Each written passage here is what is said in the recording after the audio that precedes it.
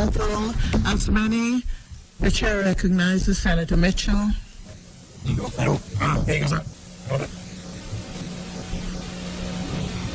Energy cooperation. Your baby. All right. Please go on.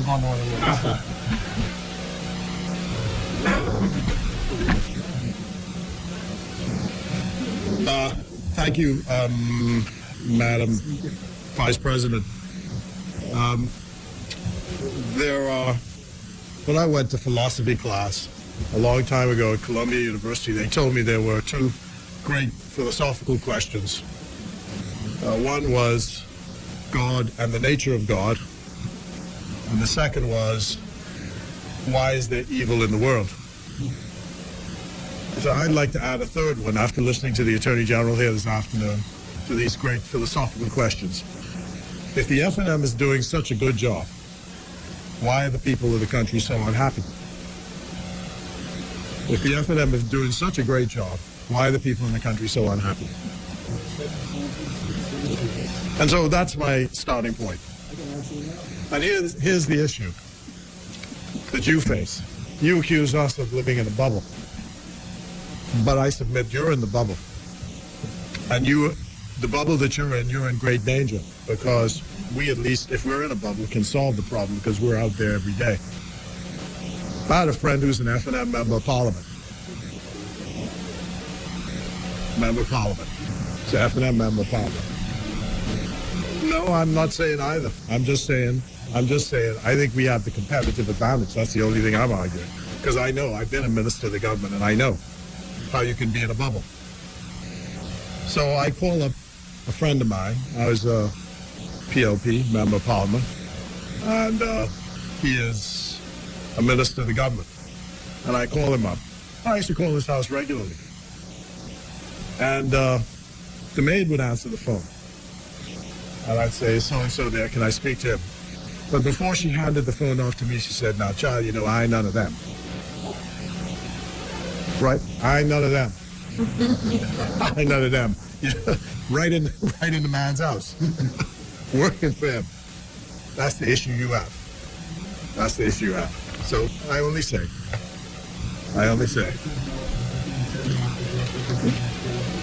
Yeah, that's fine. I only say.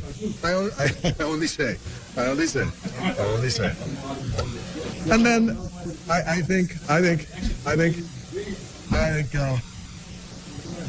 as I was driving here this morning, I told my colleagues I dropped in this hole in the road that only appeared maybe the last 14 days or so. And the roads throughout New Providence are like washboards everywhere. And I remembered the movie by Fellini called Rome. And it said that Mussolini, when he was the leader in Italy, did two successful things. He got the prostitutes off the street and the trains ran on time. Right? And that was the great test of his success. And so I say, people, when they drive on the roads and drop in holes, they're not blaming the PLP. So again, the third of those great philosophical questions, if the F&M is doing such a good job, as you say, why are the people of the country so unhappy?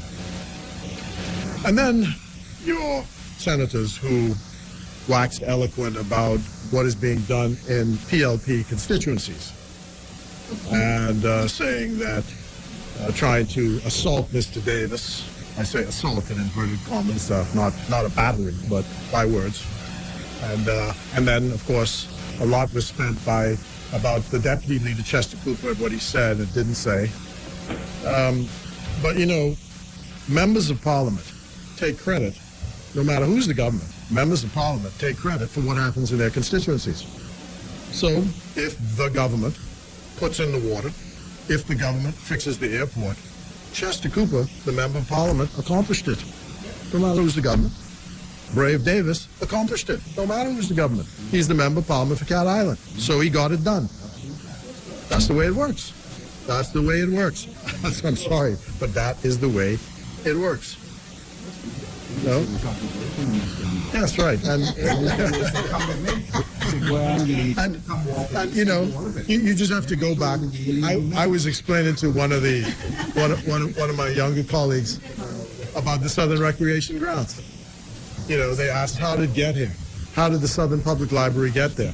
Well, you know, C.R. Walker wanted a public library built there. And the Southern Public Library was built when C.R. Walker was the Member of Parliament, or the Member of the House of Assembly, as they used to say in those days. He didn't provide the funding for it, the government did. But as the Member of the House of Assembly for the Southern District, it goes down in the history books that he put the Southern Public Library in that area. So that's all I say. Kudos to Mr. Davis. Kudos to Chester Cooper for the work they've done. I want to, though, extend condolences to the Francis family in Fox Hill because my good friend Michael, who is a member of the bar, died. I found out yesterday. I was very shocked by this, and you know, you get shocked by things like this, but you know, and death always takes you by surprise. But I'm really shocked by this, and so I wish to extend condolences to his family.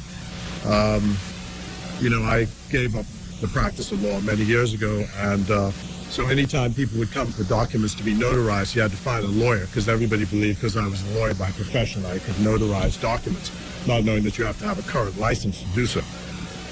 So Michael was the go-to guy for that, and a good man, the brother of the former governor of the Central Bank. So may he rest in peace.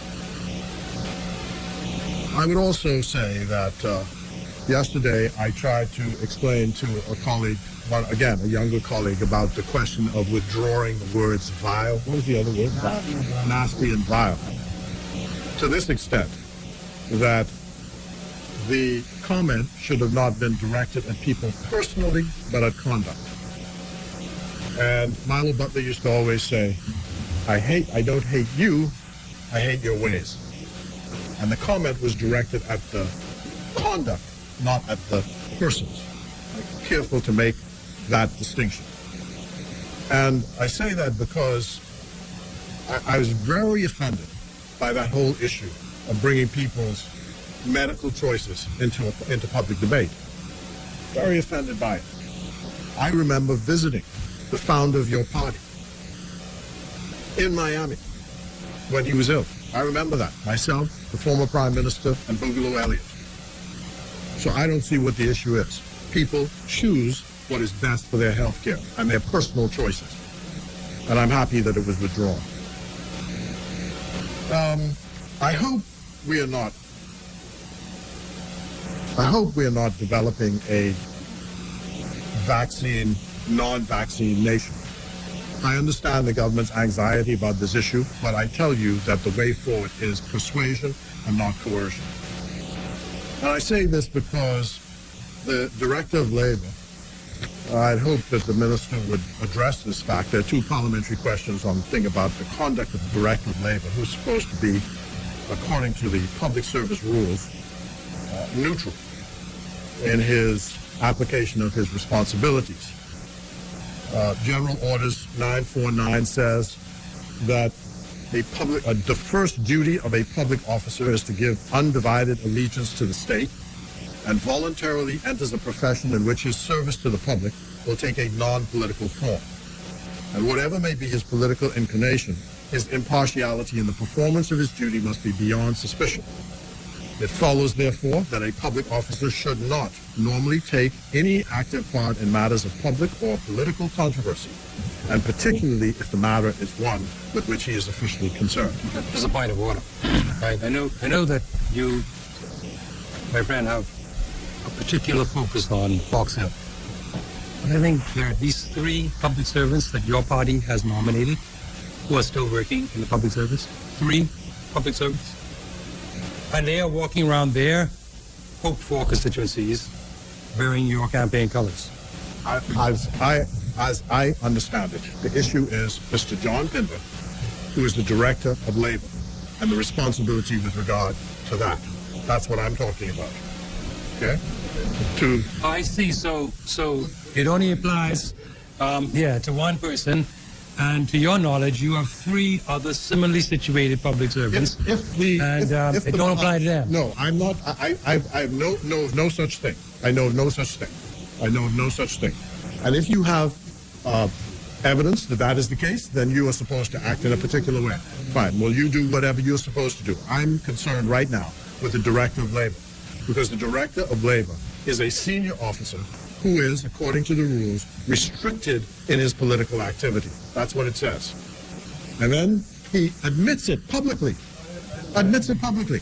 There is a video, there's an interview admitting it publicly. You see, you may see all kinds of things. We know how these things sometimes operate. But you can't publicly go in someone's face and say, yeah, I'm doing it. What you going to do about it? The Director of Labor, he didn't say those words, but in effect, that's what it is.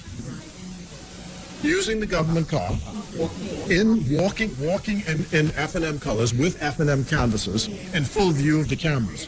And it's pointed out, we didn't bring it here at first, we pointed it out. Say, look, this is a matter that can be corrected. So that's the point. I thought, well, you could do that if you could find the evidence and such. But I think the serious point I'm making is, look, this is a system. We all want an honest competition. He shouldn't be doing it, you know. And I know him as well as you do. It just is not right. It isn't right. And there are real issues for the Director of Labor. That's the point I'm really making for him to address. Right now, for example, the companies across the country are sending out these letters, unilaterally changing the terms and conditions of the contracts of employment of employees, saying, I'm not going to pay, you are now going to have to be vaccinated. If you don't vaccinate, you're going to have to take the test. And when you take the test, you have to pay for it yourself. That's what's going around on these letters. Now, I understand that you, as Attorney General, or the Minister of Labor intervened at some point and said you can't unilaterally change contracts. But it requires the public officials to get involved to deal with these companies who are doing that. The same thing with what happened at Atlantis. 700 people are laid off. It is unconscionable to me that Atlantis would do such a thing. Unconscionable. Okay, what they say. You boasted here as the government that you kept everybody on. And you may say you have a social mission which is beyond what Atlantis' responsibilities are. But look, these very people down, and they're at the lower group, are the ones who are working at Atlantis. Why? Because we forgave hundreds, millions of dollars, of tax dollars, so Atlantis could put up their business here. And they made good money while here. And you're telling me 14 months later, they couldn't keep 700 people on? And then when they laid them off, they say, we can't pay you your money? What's the Director of Labor doing about that? What's he doing about that? Fooling around down Fox Hill. You know? You gotta help them. You gotta help them.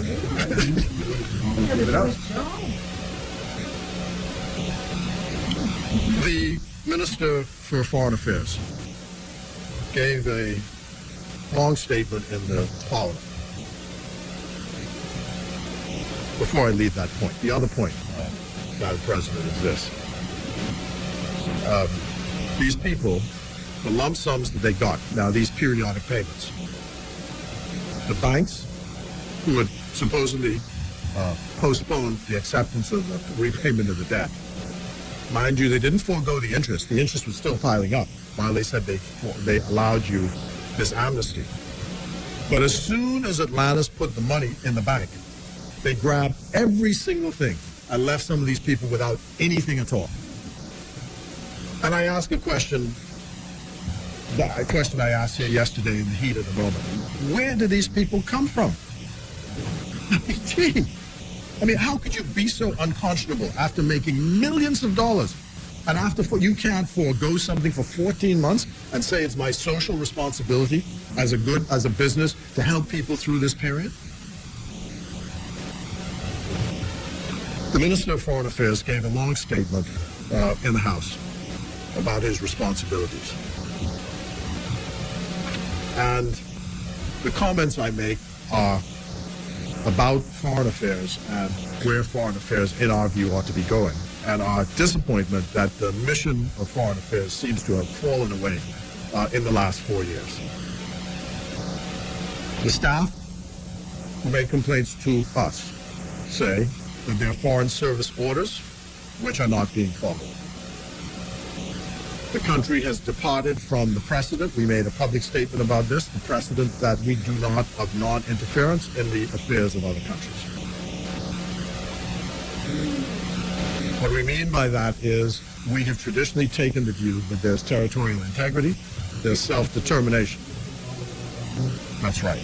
And because of the particular alignments that happened in the United States of America over prior to Joe Biden coming to office, that's right. This country, for the first time, departed from that precedent in exchange for the princely sum of a meeting with Donald Trump.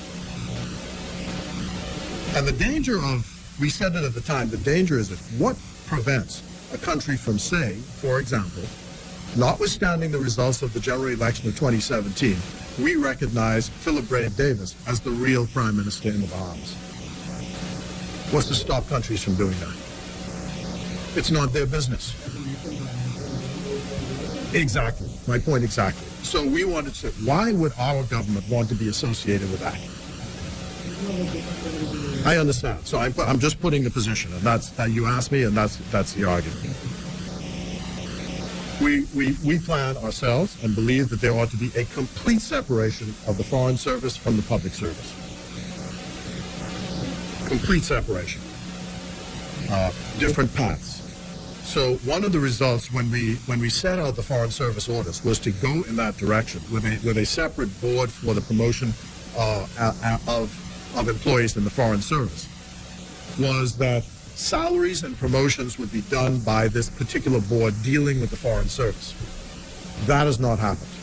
It's still moribund in the public service itself. Yes, sir. Yes, sir. So individuals who work in the Foreign Service would not be considered civil servants. Is that? They would still be considered public servants in the general sense, with the restrictions of the public service, but not subject to the Public Service Commission. Well,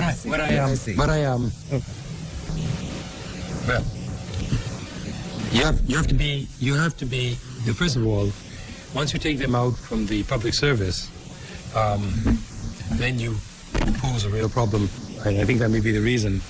But I'm just going to point to a practical reality. Practical reality is, you look at judicial and legal services officers, right? They have a commission established constitutionally, but when them public service get dealing, my lawyers get left behind. And you setting up a separate board and a separate thing, the difficulty is that may be a problem you face. That's what I'm saying. I'm saying it's already done. It's left in place. The rules are there. It's just a question of applying the rules. It's just a question of applying the rules. The point, and so that too has already been done. That has already been done. All of this work has been done. All of it's been done. Yes, sir. Yes, sir. No, not resigning. It's changing the terms and conditions of their contract. And they would, the same way you do the morphing over by the water, like when you created the Water and Sewerage Corporation, right? Yes, that provision was given to every Foreign Service officer. It was done 2016, yes, right. And regulations under the enactment. It's all done. Right. That's right. And the thing is, this is not rocket science, you know. It's done in every other country. They have that's right, as a foreign service. Yeah, but that's the responsibility of the foreign minister, man. You know? And the other thing is, so what would happen, Madam President, is that the Foreign Service officers would have their own promotion track, and it would move with alacrity. That would view. Well, the same way you, Madam President, the Attorney General and the Chief Justice are now proposing, and I also agree, the Speaker's proposed, to hive off the Parliament and the courts so that they handle everything. What happens is the head of those agencies every year would sit with the Minister of Finance and say, this is what we need to run our agencies. Right. Yes, but the result is you would have a more efficient service if we did it this way. And I mean, these young people did a lot of work to develop this, only for this to come to a halt, to a complete halt. And then I say, diplomatic week is something which is also in the rules. Diplomatic week. It was designed so that in October every year, the diplomats who serve us abroad, the countries that are accredited to us, come to the Bahamas for a week to meet with government officials, discuss our policies as a mechanism for them to know and interact with the Bahamas government. That has not taken place in 4 years. When did they do it?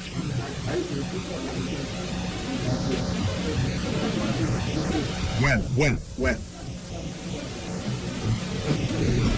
Madam President, no, I can recall as, in fact, I was Minister of Grand Bahama at the time when I addressed the diplomats who came in for diplomatic week, because what they did was they had meetings in Nassau, and they flew them to Freeport so that they can all familiarize themselves with Freeport and familiarize themselves with the policies and so on, so that they would then be able to. I met a number of them because I remember addressing them at that time. Could only have been October 2017. October 2017. There hasn't been one since then. And particularly now, since in this dispensation, it is possible to have virtual meetings. You know, again, the diplomats, the foreign service officers want to be engaged in their profession to develop on behalf of the country. And the other thing is that the growth path which we had set, so that places like Los Angeles and Chicago, Trinidad and Jamaica would eventually have official consuls general serving. The idea was over 10 years to ramp up these offices so that their functions would increase, so that you're not dealing with just honorary consuls, but you're dealing with people who are professional diplomats.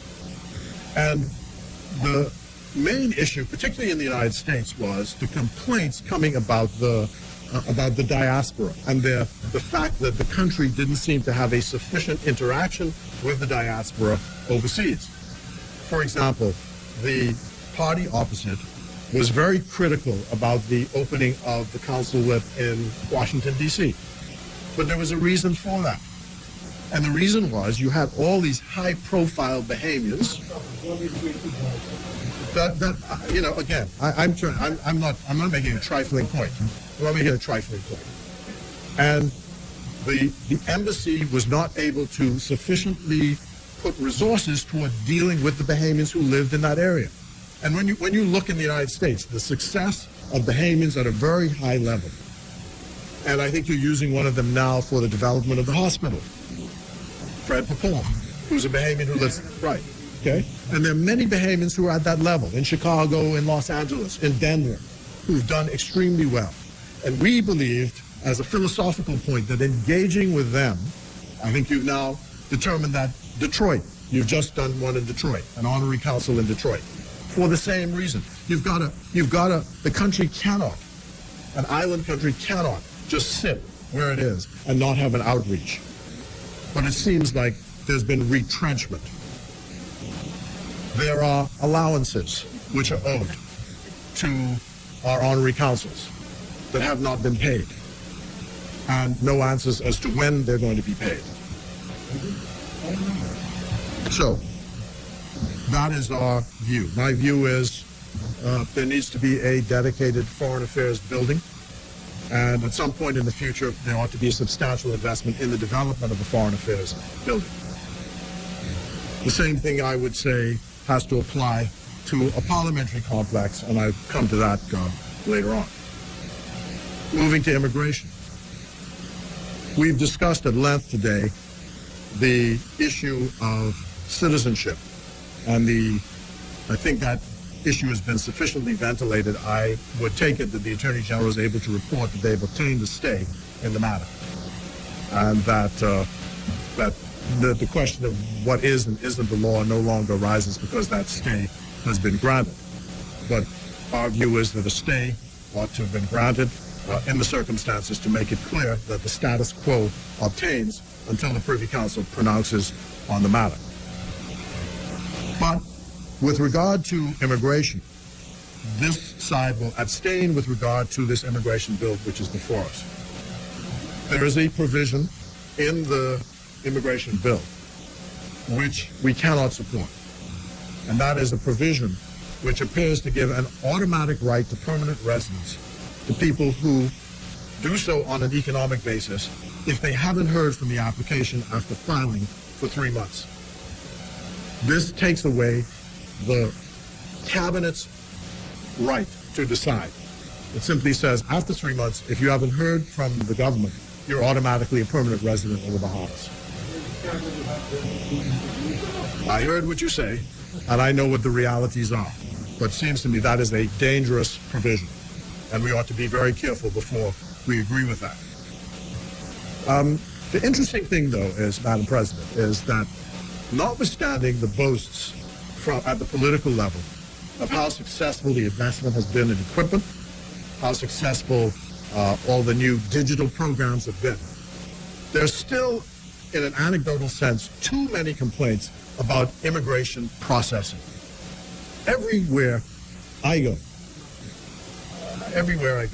people, yeah, but what I'm saying is that the machinery was put in place 4 years ago.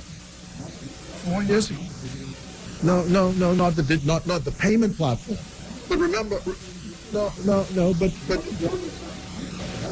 yes, but within 2 years, by 2018, the equipment was there. The equipment was there, installed, and they were using it.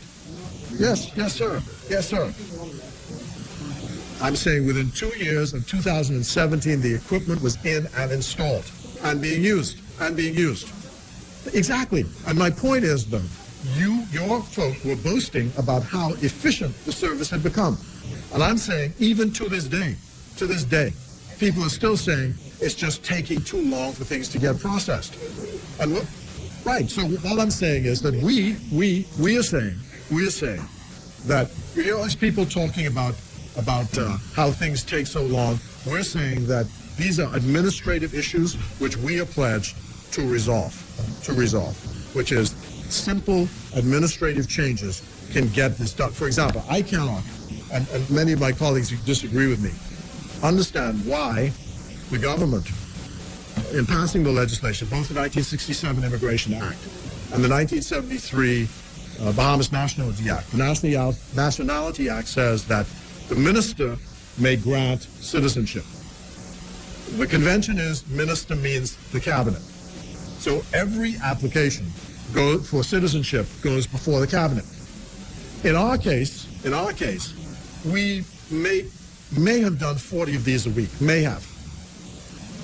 And if you consider the birth cohort of people who were born here, just the group who were born here 18 years ago, you know that if you're tackling 40 of them a week over 52 weeks, by the time you get to the end of the year, and you're not doing that, I'm just saying that's the best we do, right? By the time you get to the end of the year, you're flooded with applications again. So one of the things I had suggested is that the minister, since the bill gives the minister the authority, let the minister simply make the decision. Because in most cases, it's administrative in any event. Well, but again, I can come to your committee. The committee is the problem. The committee is the problem. No, well, it doesn't literally go to one man, because if you look at what happens in the immigration decisions with regard to work permits, there's a board inside the ministry itself, and that's how those decisions are made. So it's not like you're just giving it without discretion, right? Similarly to the power which is in the prerogative committee. The minister has the final say, but it's not literally the minister. There's a board which helps him make the decision. Right, he takes the advice. So that is our view. Madam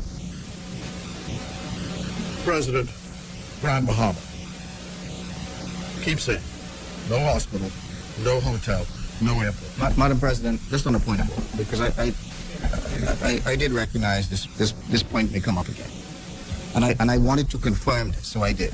And I spoke directly with the hospital administrator, and I also spoke to the director of the PHA, who all confirmed that the pediatric ward is in full operation. The brand new pediatric ward is in full operation. They also confirmed that the brand new maternity ward is in full operation. They confirmed that the brand new ICU ward is in full operation. They confirmed that the neonatal is in full operation. The operating theaters are in full operation. The medical and surgical ward are in full operation. The new infectious disease ward is in full operation. The only thing that is not in full operation, because they are awaiting cabinets, is the new pharmacy.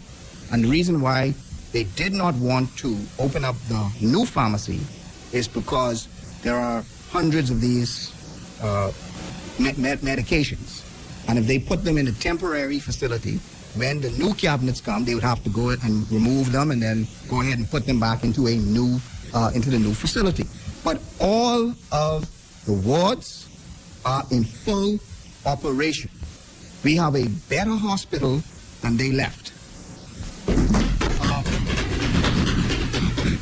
That's fine. That's fine. You know, and I started what I said about life in a bubble. You could say whatever you say about the hospital and what is in full operation and not in full operation. But, you know, I read a very sad letter. It was last week. I read a very sad letter by a woman whose side her name is Gina English.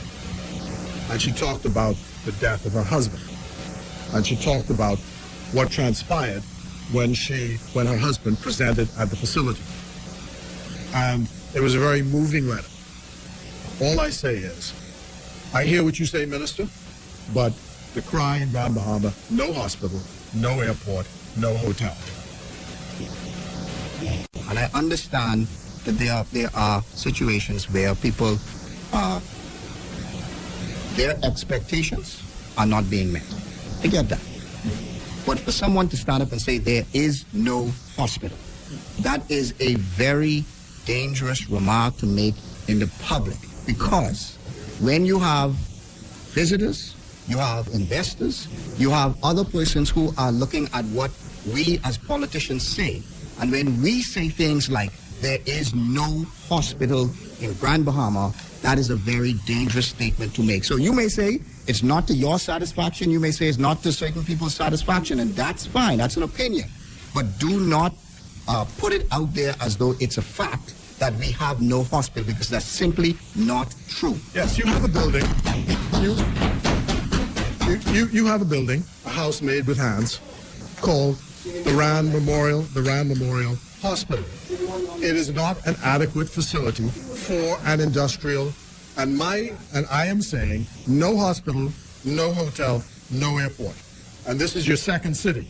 And so you must act to put a proper facility to deal with people's issues in the city of Freeport. Now, you were boasting about all the things you've done. You didn't say, are you able to honor the vouchers in Grand Bahama? Are you able to do it? When did you begin to do that? Because people in Grand Key, when did you begin to do it? Because people are still complaining about it. Yeah, okay, fine. So this must be a recent development, must be in the last few days. Yes, right. Pressure helps. So the answer is yes. So Grand Key, that voucher you've been holding since October last year, go to Grand Bahama and present the voucher. Get back to me and tell me whether they take it or not. Okay. The minister says the vouchers are good.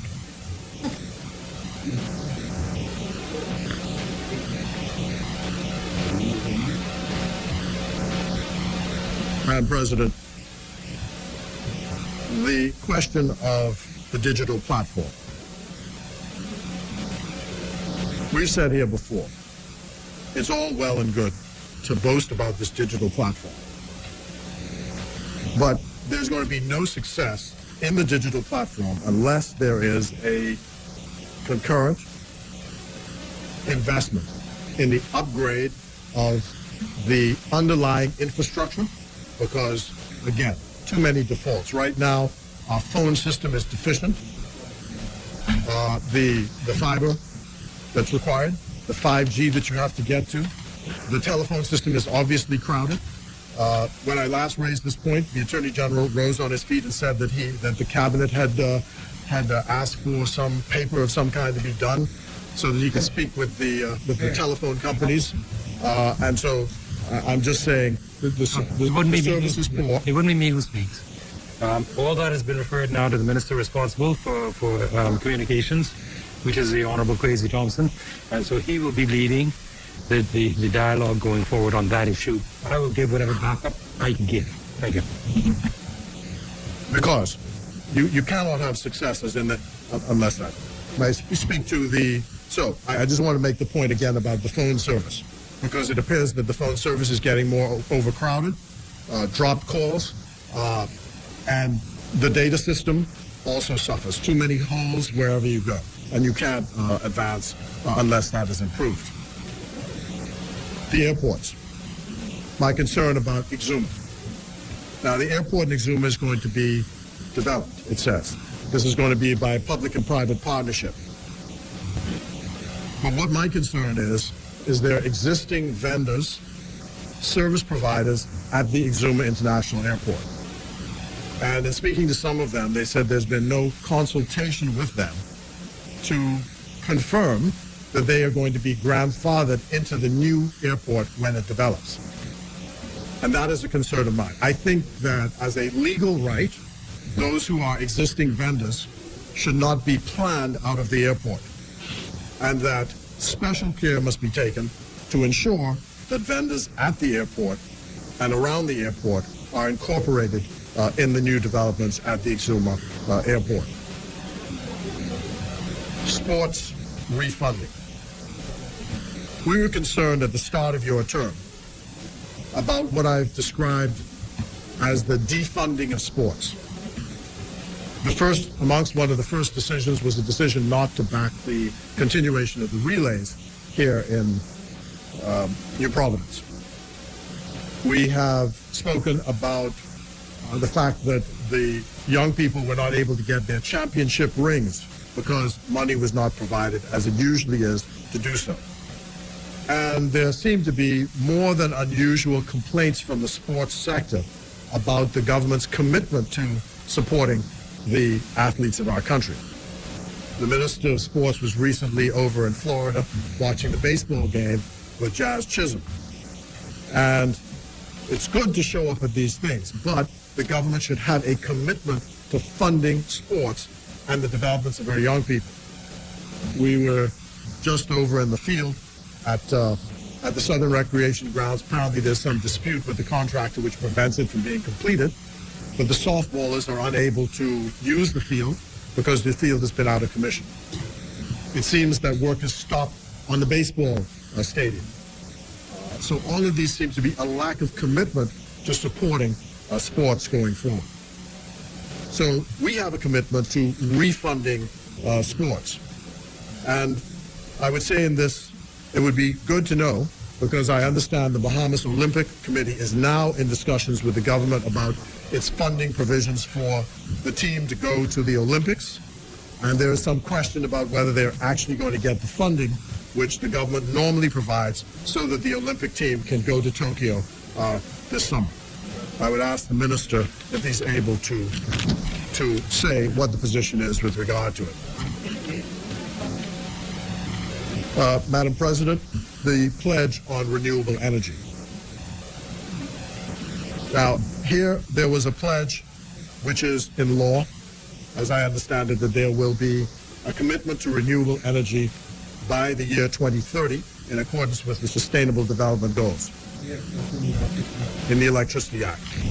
Our view is that a more ambitious target should be, and we are pledged to do this, that every household should be able to go solar, supported by the government, in low-interest loans, so that every household can wean itself off the national grid.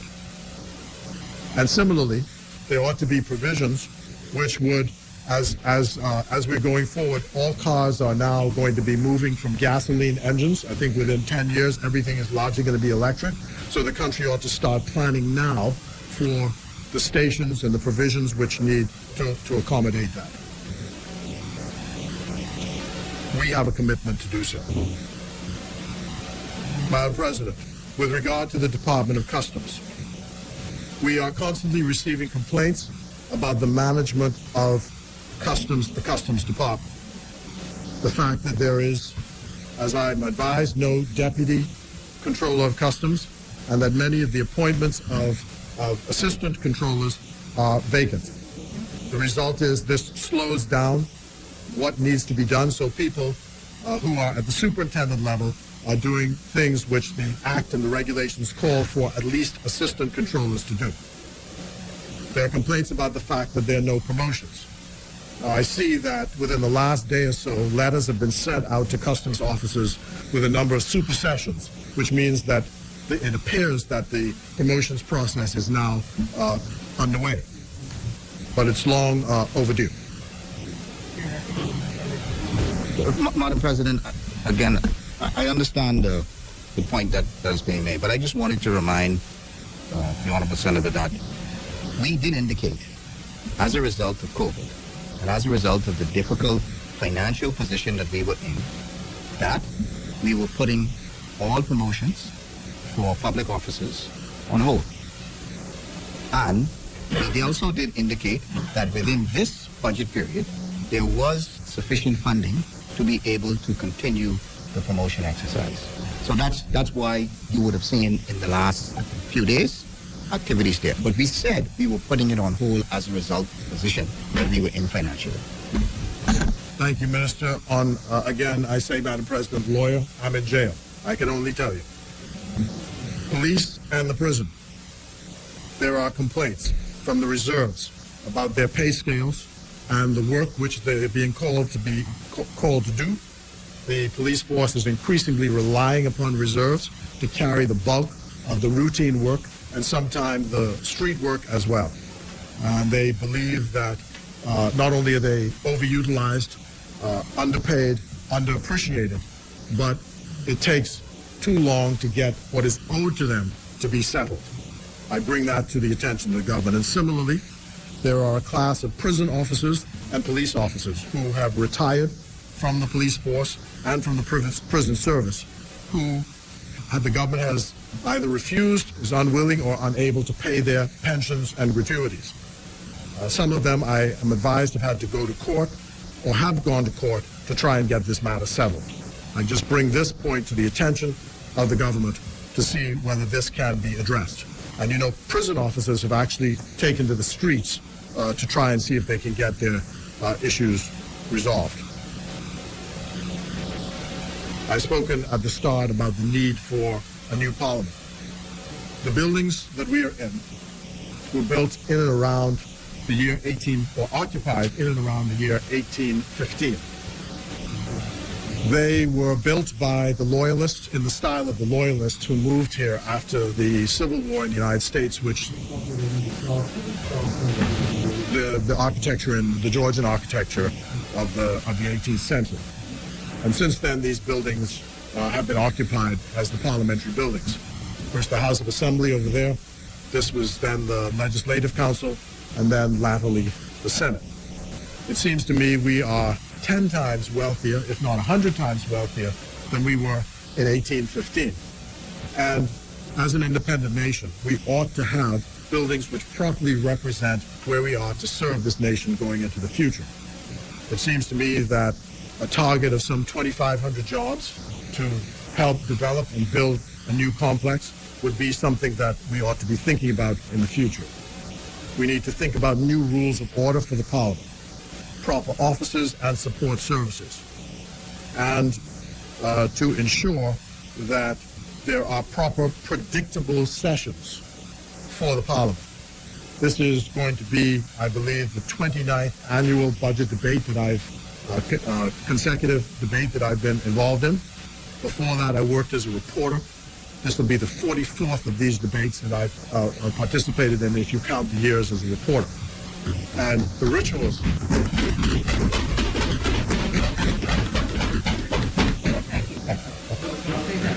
Thank you. Thank you. I started reporting when I was 2.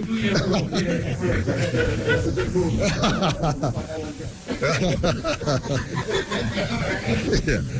But what has struck me, I mean, is that the rituals haven't changed and they've not become predictable. So, for example, this evening, we are, depending on how this session runs, first of all, we missed lunch, so my stomach is now growling, right? And I blame the Attorney General because a schedule was put out.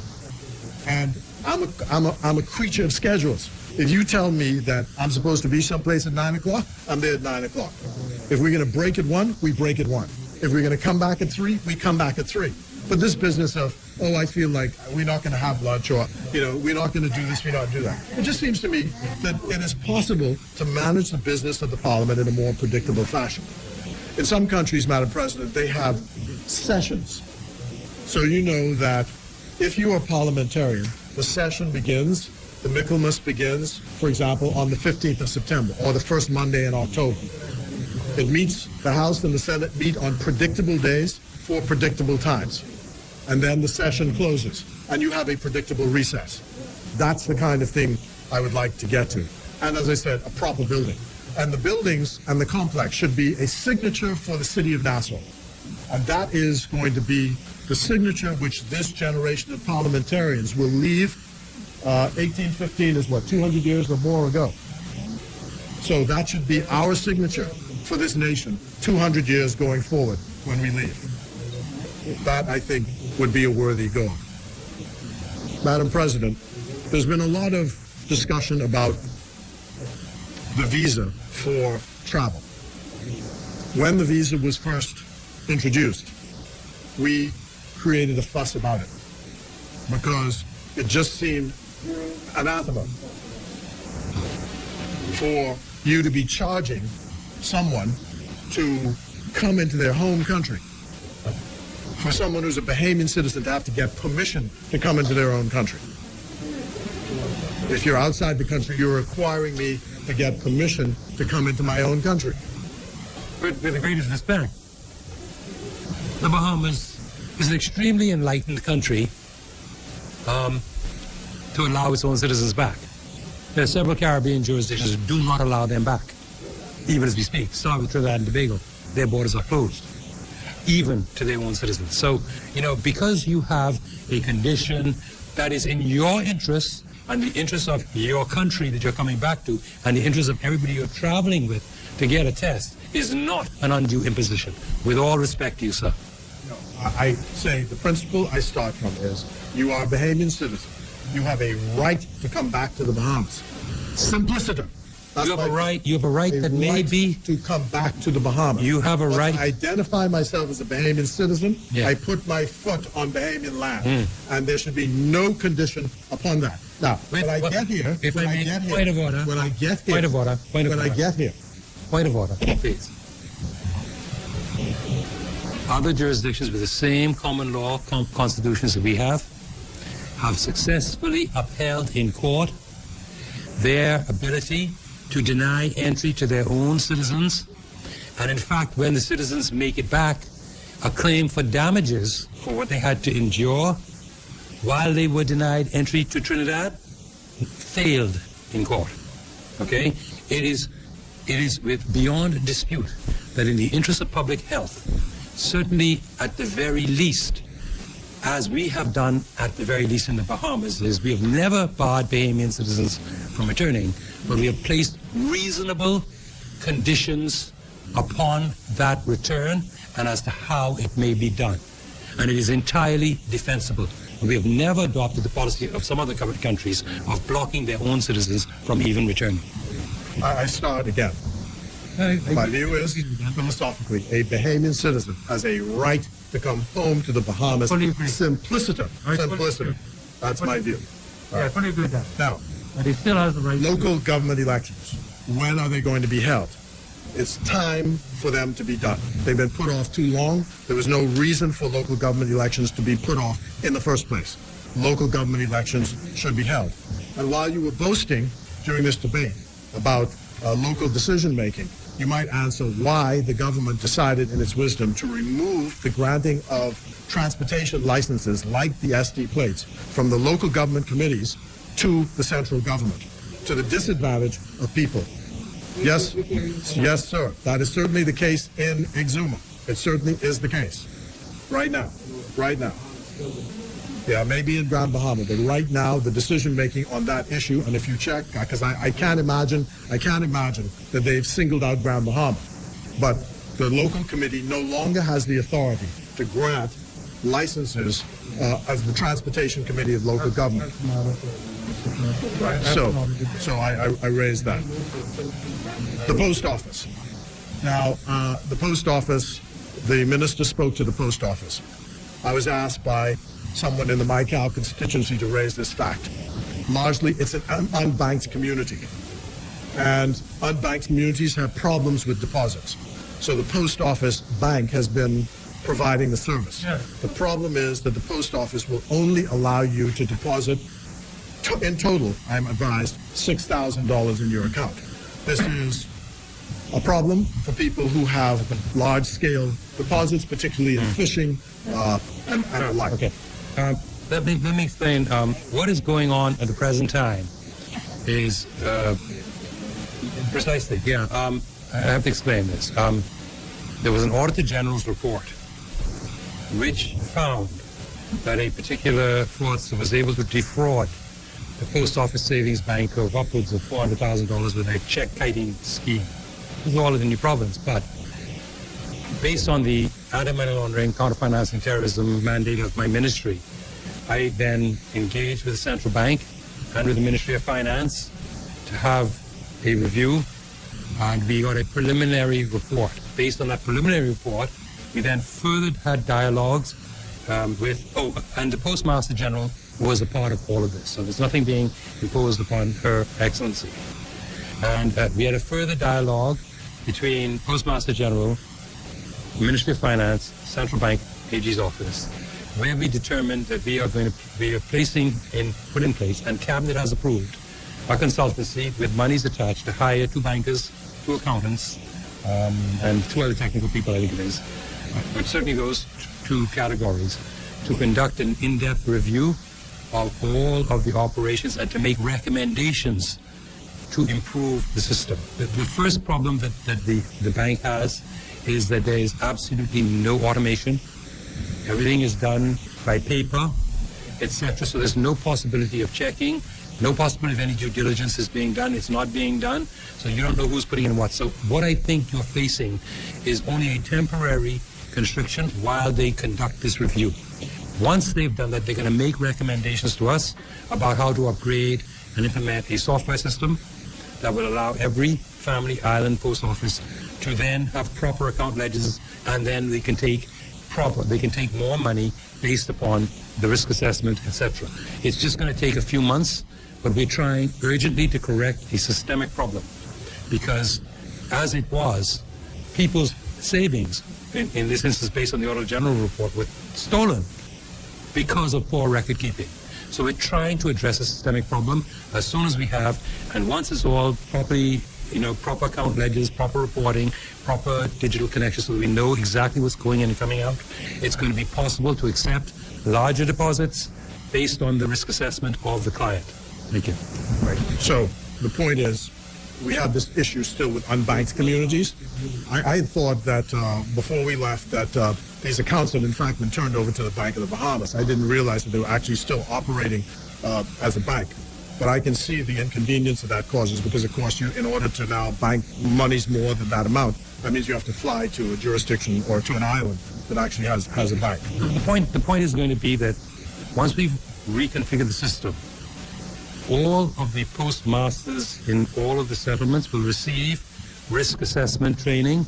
They will then be able to know how to profile persons based on the risk, and they'll know that John is a fisherman. They'll know John can come back he come back from Nassau and he can have a stack of money, and he's going to need to find somewhere to put it.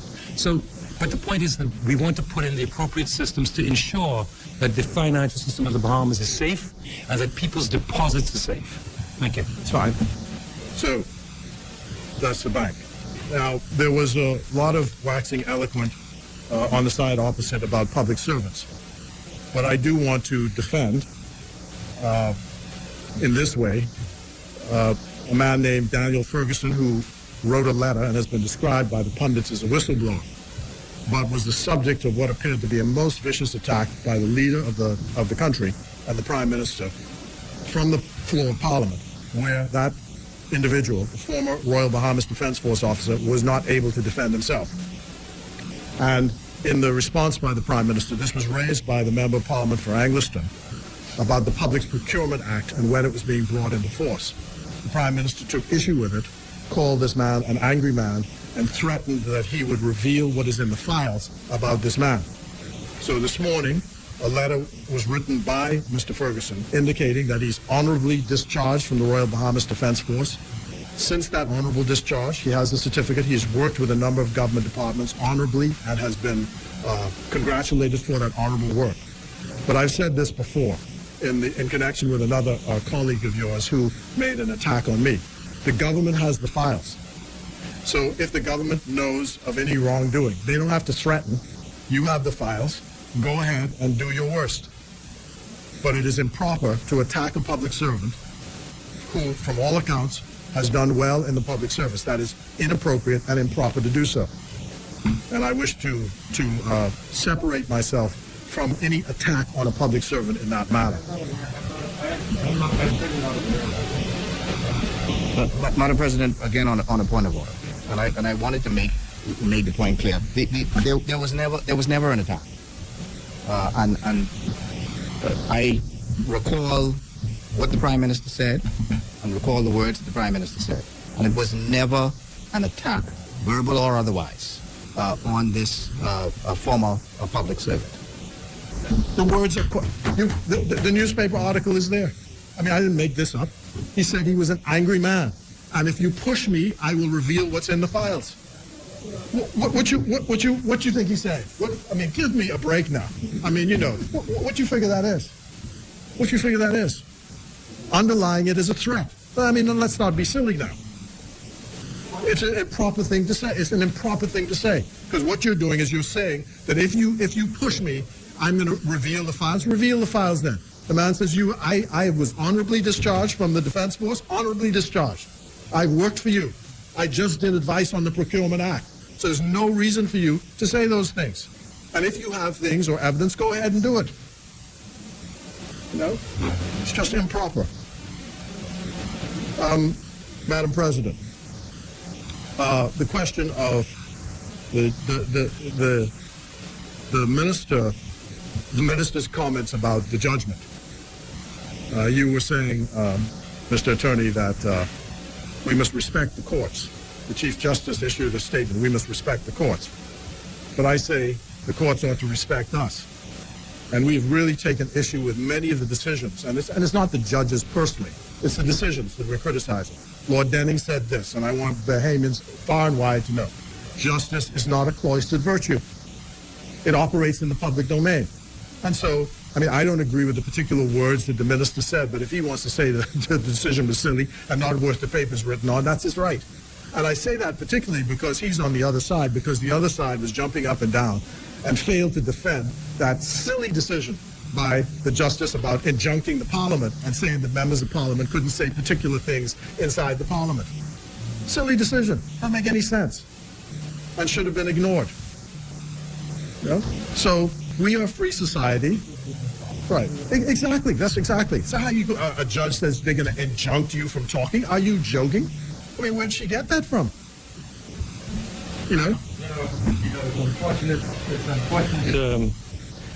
It's unfortunate that one of the consequences of it was that then suddenly some people were unleashed to go to her home country and to make inquiries and all sorts of threats to her family members. And these were never dealt with. And I think eventually Hartman Longley, at that time the CJ, which was under the former government, had to issue a statement. But that was all that was done, which was extraordinary to me that counsel of an attorney here could be a part of whoever this lawyer was, could be a part of a conspiracy to go down to the home country of a judge to seek to interview her family to intimidate her. Again. And not have anything done to her. Again, I keep saying, you all got the files. The horse had the cow fat. My point is, I'm just saying that my point is that the principle is what I'm after. The respect for the judiciary is mutual and it applies to all.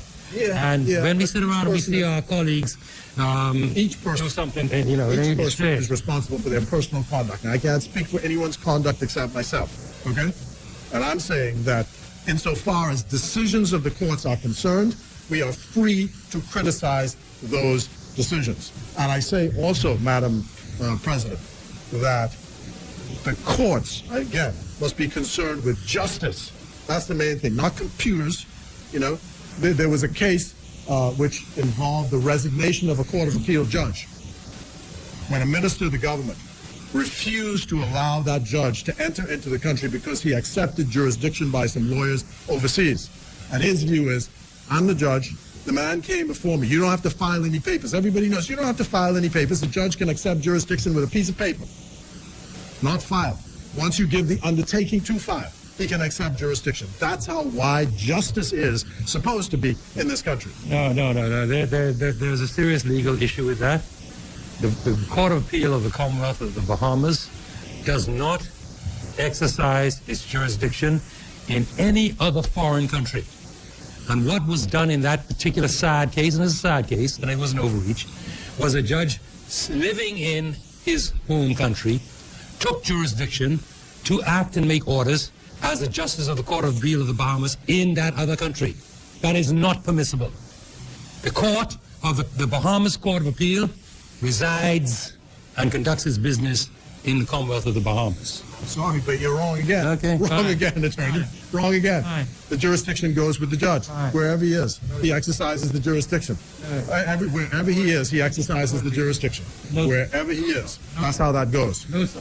That's how that goes. No, sir. Anyway, I want to thank...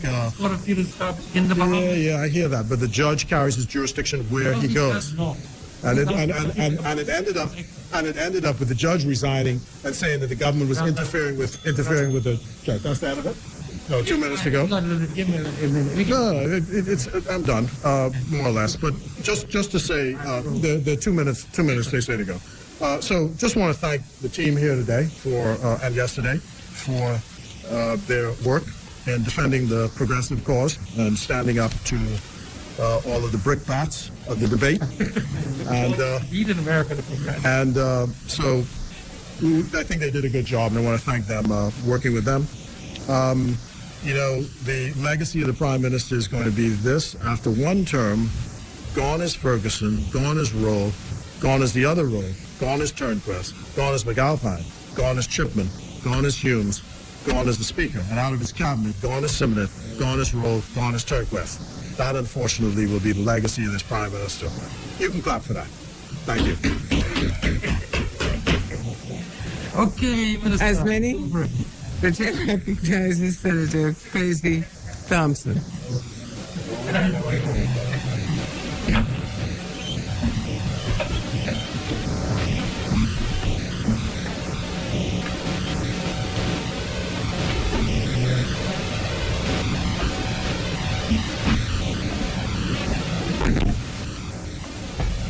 Thank you very much, Madam President. Madam President, first of all, I'd like to commend all of the senators for an extraordinary debate. I believe that all of the senators in this place acquitted themselves well. But obviously, in particular, I'd like to commend the senators on our side. I believe that they mastered the issues. They were all prepared, well prepared. They were all articulate. They were all forceful, and in fact, made the job of the person who has to wrap up, made their job very easy. Because they did a wonderful job, Madam President, in articulating the budget. Madam President, just a few comments I wanted to respond to by Senator Mitchell. And my information from the Minister with responsibility for foreign affairs was that the Minister responsible for foreign affairs was that all of the honorary consuls, that everyone who was entitled to a stipend received their stipend. There were 2 who were discontinued. I won't call their name, but there were 2 who were discontinued, and so those who were discontinued obviously did not receive a stipend. But the information that I received back from the Minister responsible for foreign affairs is that all those who were entitled to their stipend have received their stipend. You know, Madam President, also Senator Mitchell started off by making a comment that if we are doing so well, then, and I'm paraphrasing, but if we're doing so well, then why do the people feel so bad, or why you know the people are feeling the way that they're feeling? Well, Madam President, you know, the thought came to mind that you could have a disaster and people are affected by that disaster. They don't feel well, they don't feel good because they've been affected by the disaster. But you have people like, take for example, the first responders. You have people like the policemen, the doctors, the nurses, who do their best to assist people when they are in a disaster. Nobody says to them that you didn't do a good job because the people still feel bad. And Madam President, that's not the case that we are making. I don't believe anybody made that case that all is well in the Bahamas, or that people are feeling wonderful in the Bahamas. That's not the case that we were making. The case that we were making was that in the circumstances, the government has been doing its best to assist people in need. And that does not, again, just because you say what you've done is in no way saying that you are trying to pat yourself on the back, but what it does say is, I'm refuting what they say on the other side. And I'm responding to what they say on the other side. But I do believe this, Madam President. And even though persons may not be feeling as good as we may want them to feel, I do believe that people are more hopeful because of the actions of the Free National Movement, because of the actions of the government. Madam President, and I will stand up again and refute what is being said about Grand Bahama, and just because people say it does not make it true. So when people say that there is no hospital, it's nonsense. In fact, if we, in the position that we are in today, have no hospital, our hospital is in a better position than the hospital that the PLP left in place. So it is amazing that they are saying that we have no hospital. Because if they say we have no hospital, then they didn't have a hospital either. In fact, our hospital is in a better position. So, Madam President, for the record, the Free National Movement have completely renovated and repaired the Rand Memorial Hospital to the tune of spending approximately $21 million. They have put in place and is operational today.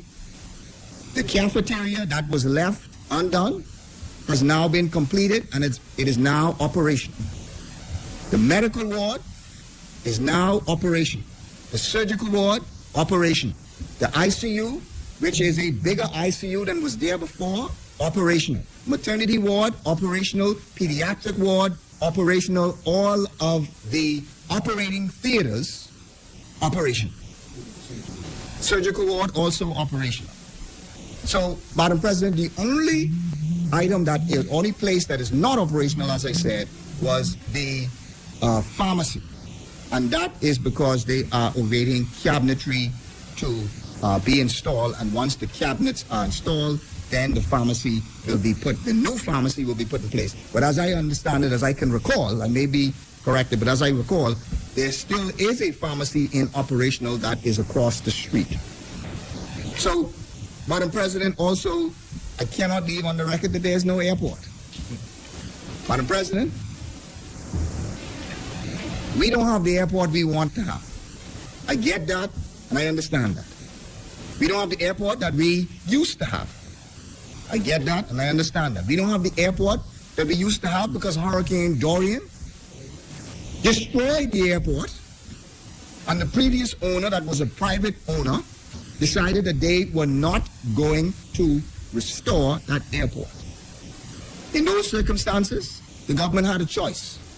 We could stand on the side and leave the airport the way it was, really, where there was no airport, or we could be proactive and say that we're going to take things into our own hands and we're going to purchase the airport for $1 and we're going to put in place a plan to have it rebuilt.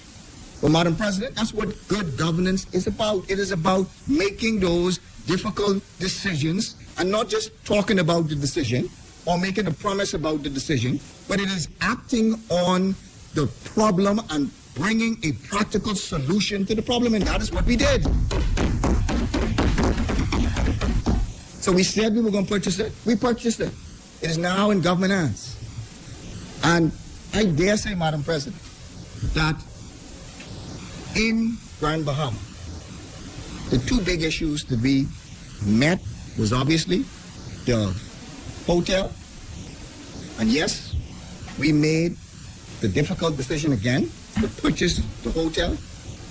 And we've now put in place a plan where Royal Caribbean, ITM, and we expect that in the coming weeks, we will completely turn that hotel over to them. Again, we are now hopeful about the future. The same with respect to the airport, and the same with respect to the hospital. And I also heard one of the comments about the Grand Bahama shipyard. Madam President, there was a article today in one of the dailies about a major owner, one of the major hotel owners in Grand Bahama. He himself said he is more hopeful about what is going on in Grand Bahama and more optimistic about what is going on in Grand Bahama because of the news of the expansion of the shipyard. And there's one thing I want to say also. If things are so doom and gloom in Grand Bahama, if you listen to what the other side says, if things are so bad and there's no hope, then, Madam President, why are these investors now coming forward and saying we are prepared to put millions of dollars into Grand Bahama? It is because they feel hopeful, Madam President, and because they have confidence in Grand Bahama. Madam President, I also believe that the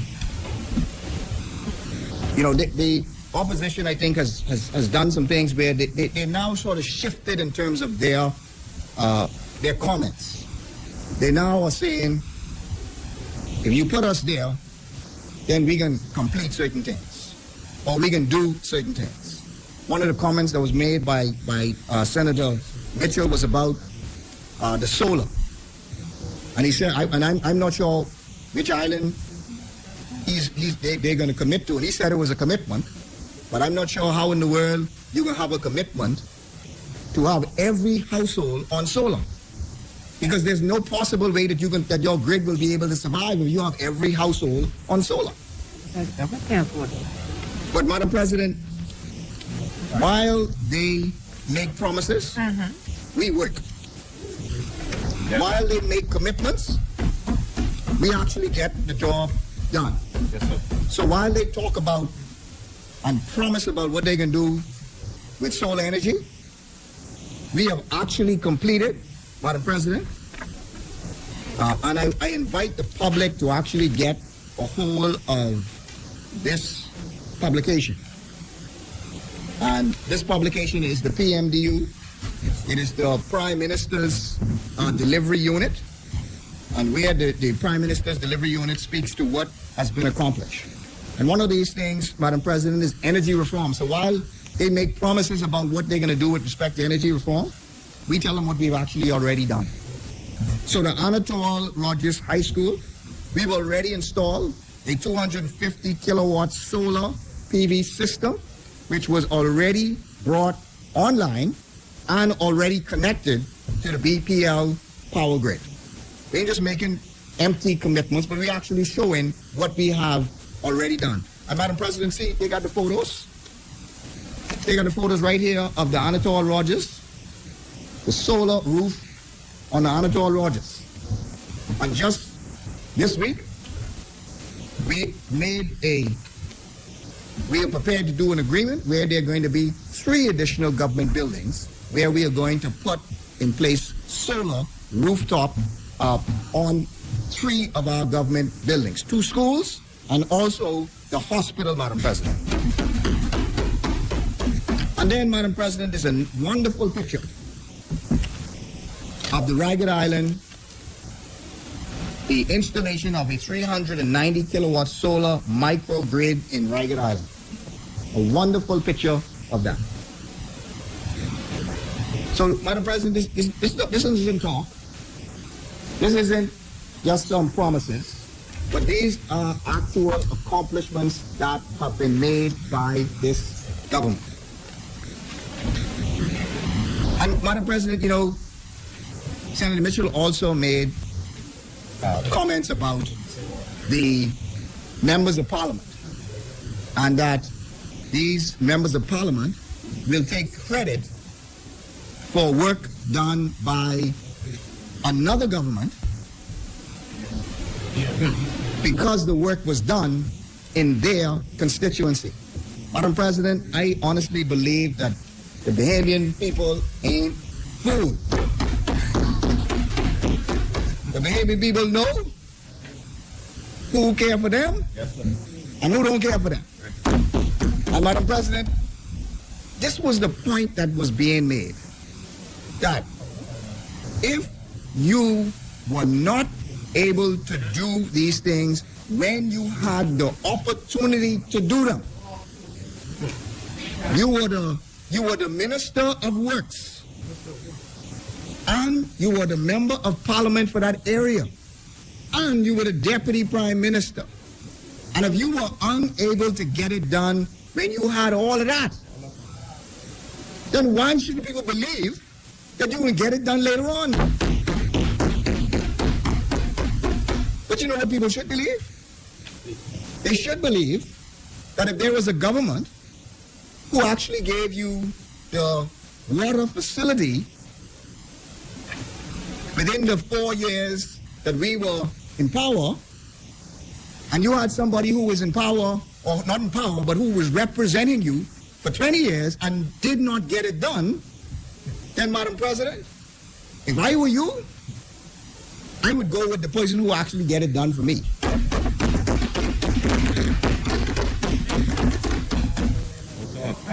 It's not just about talking. It's not just about how you making you feel, but it, Madam President, is about who is going to do and perform for you. Madam President, I'm not going to be long, but I did want to, Madam President, just remind the public of the pillars of our plan. And the reason why I want to remind you about the pillars of that plan, yeah, you can bring it for me. Let me show the cat island one. Yeah, I just want to see you get all them switch you things. I can see the guy and he didn't Photoshop the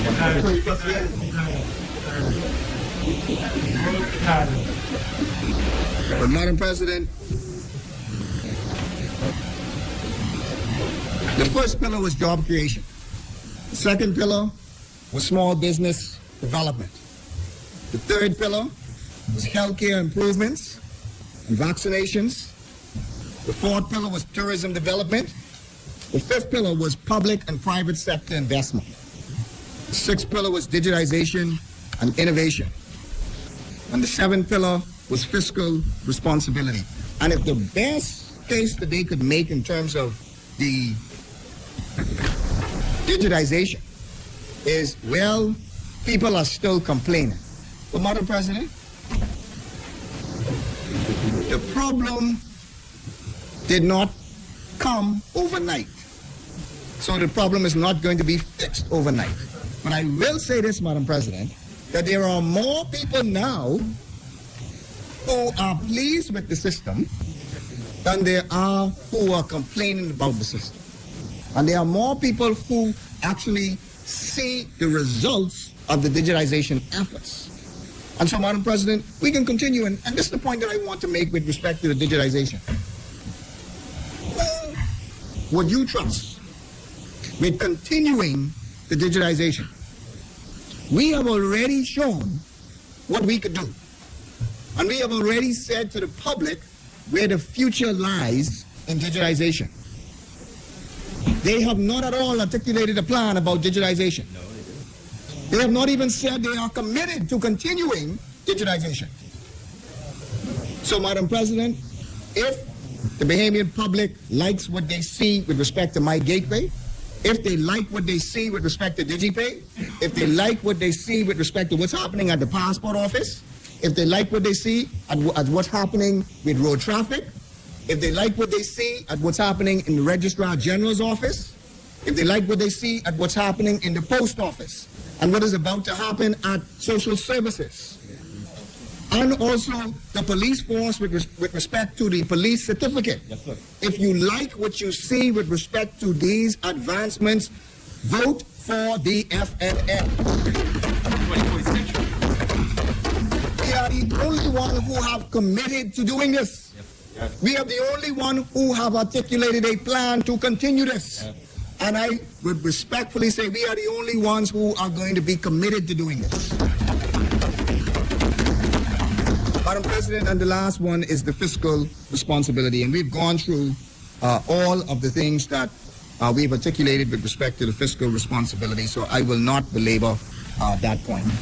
Madam President, as I close out, as I said, I'm not going to be long.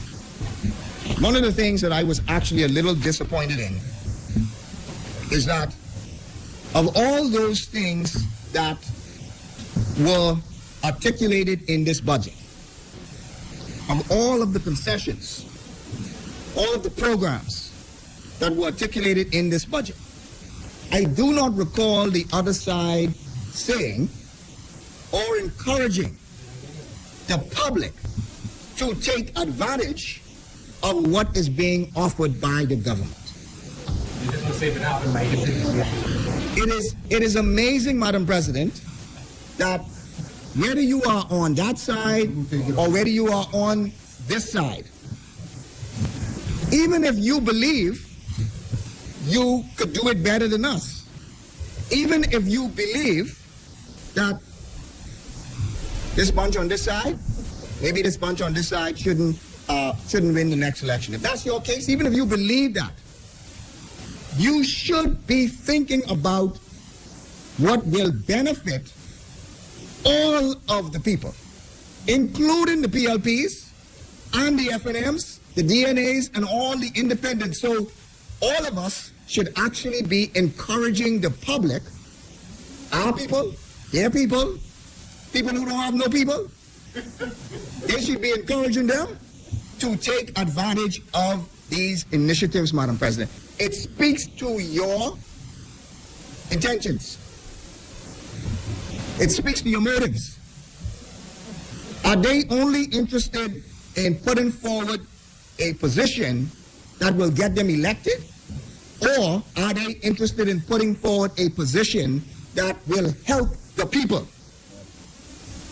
Because, Madam President, I would suggest that if they were interested in helping people, yes, they may bash us. But on the other side, they would say, you know what? You better go take advantage of that. I would encourage you to go and take advantage of that. But Madam President, I didn't hear one of them encourage the businesses or the employees to take advantage of the government employment incentive program. I didn't hear one of them say to the businesses that you should take advantage of this program because you will be able to take your VAT that you've collected and you will be able to pay for additional employees. But Madam President, my plea and my encouragement is to businesses, don't listen to them. Take advantage of the incentives. Don't listen to the negative talk, because the negative talk at the end of the day is not going to put you in a better position. What is going to put you in a better position is to take advantage of the incentives that have been placed before you. And that is whether you are a PLP, an F&M, or a DNA, or whatever you may be. Take advantage of what is being put forward for you. And it's sad that they did not even take that advantage to do so. Madam President, I encourage every small business and every person who has a small business in mind to take advantage of the Small Business Tax Concession and Relief Program. Why? Because, Madam President, for this program, if you want to start a business, you are able to bring in or purchase those items that you need to start your business. You are able to purchase them duty-free. Not only are you able to purchase them duty-free, but you are also able to purchase your first stock duty-free. Madam President, I did not hear one of them say, yeah, I know you don't like the F&M, but that, you should go and encourage and go and do that. You should go and take advantage of that. But Madam President, I'm going to tell you that today, that every business, every person who's thinking about putting together a business, every person who's thinking about and has a dream about a business, we are encouraging you to take advantage of the Small Business Tax Concession and Relief Program. Madam President, I'm sad that even those who talk so well about the Family Islands, and it is amazing, you know, that the only thing they could say about the Family Islands is negative things. Madam President, I didn't want to stop Senator because I know he's wrapping up and it's getting late. But for him to say that we don't care about the family. I didn't say you didn't care. I said the only thing you said was negative things. No, you say you don't care. No, never said that. No, you said never No, care. I did not say that. We do care about the family. He did say that. I heard that with my own ears. No, I heard it. no. Well, Madam President, I did not say, and I did not say. I did not say that they don't care about the Family Islands. I did not say that. I would not say that. I would not say that. I would not say that. I would not say that. And I would not say that, Senator. But what I did say was that the things that they say are negative things. Madam President, what they did not say, was the positive things that are going to happen in the Family Islands as a result of the special economic zone for the Southern Islands. So, Madam President, and that's why I said it goes to the motives. Because, again, even if you say the F&M ain't doing a good job, even if you say all of that, tell the people in the Family Islands, man, you can be able to get your building materials duty and VAT free. You can be able to get your business license concession. You can be able to get real property tax concession. Man, you better go and take advantage of that. For those persons who are non-Bahamians, for those persons who are non-Bahamians who must pay real property tax, Why don't you say? then, Madam President, you know what?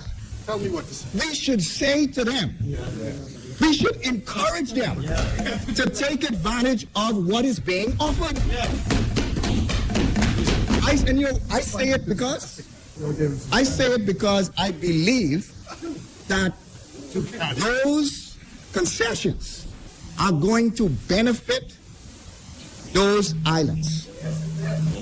And so, Madam President, I encourage everyone, those who may be in Nassau, take advantage of them. Go and invest in the family islands. Those who are in the family islands, take advantage of it. Go and continue to invest in your own island, Madam President. That's the point that I want to make in terms of, are you going to try and make the case out and say things that are going to get you elected? Or are you going to say things that will benefit the people? Madam President, I encourage people in Ragged Island to take advantage of it. I encourage people in San Salvador to take advantage of it. I encourage people in Rum Key, in Cat Island, in Long Island, Meguana, Inagua, Crooked Island, Acklands, Long Key, and Andros. I encourage all of them to take advantage of it. Do not listen to the negative talk, because at the end of the day, the negative talk can keep you in the same position that you're in today. We are offering you to take advantage of something that is going to put you in a better position, Madam President. We are encouraging those who want to do property transactions in the family islands. Take advantage of what is being offered by this government. Whether you PLP, whether you F&M, whether you DNA, take advantage of this incentive. That if you want to have a property transaction that is below $500,000, you can have a property transaction that is below $500,000 without paying any VAT and without paying any stamp duty. So, Madam President, that means that before it was 10%, now it is 0. So, Madam President, I didn't hear one of them say, boy, you all should really take advantage of this. You want me to do your job now? I didn't hear anyone say. Yeah. And Madam President, again, it speaks to the motive, Madam President. Speaks to the motive. Keep a straight face. Madam President, I encourage every Bahamian, to take advantage. Again, we didn't hear any of them say, under this budget, we are eliminating VAT on baby and adult diapers. We are also eliminating VAT on sanitary pads, tampons for women. Madam President, we are eliminating duty on disinfectants. We are eliminating duty on by application. And this one, again, this is one of those that I am proud and pleased and encouraging every church. I'm encouraging every church, Madam President, because under this budget, every church is going to be able to have a project, either repairs or some construction project. They will be able to bring in all of their building materials, Madam President, duty-free. So again, I didn't hear them say, so I can say it. I am encouraging every church. It don't matter what side you're on. Stay right there. Take advantage of what is being offered to you. Take advantage of it. And then when you take advantage of it, Meeting the other day. when you take advantage of it, make a judgment call. Make a judgment call. Because when they had an opportunity to tell you, to take advantage of it, they didn't. When they had an opportunity to tell you about something that's going to benefit you, they didn't. So, Madam President, all they did was talk about what they believe is going to benefit them when it comes to the election. That's a big surprise. So, Madam President, We would actually do so that. what we doing is we will talk about those things that will actually benefit the people. Madam President, if you are an IT company or if you are a business and you want to get involved in digitization, I encourage you, Madam President, to apply because you are going to be able to bring in your items with respect to digitization and digital transformation. You will be able to bring all of those items in duty-free, Madam President. I encourage them, Madam President, when it comes down to the Abaco and Grand Bahama, we encourage them to continue to take advantage of the building materials, the appliances, and the equipment, bringing those in duty-free and purchasing those items VAT-free. We encourage you to continue to do that. But not only do we encourage you to do that, we are encouraging you also that if you have a property transaction and your property transaction is below $250,000, that you should do it because you now are able to do it duty-free. Sorry, not duty-free. You are now able to do it VAT-free and stamp duty-free. So, Madam President, where you would have had to pay the 10%, you now are able to do it VAT-free, and you are now able to do it stamp duty-free, Madam President. So again, we are encouraging you to take advantage, Madam President. We are encouraging you to take advantage of those things that this government has brought forward. People have no bread. Madam President, we are Let them eat cake, right? we are at the end of this. We are at the end of this. People have no bread. Why don't you say it, sister? We are at the end of this budget process.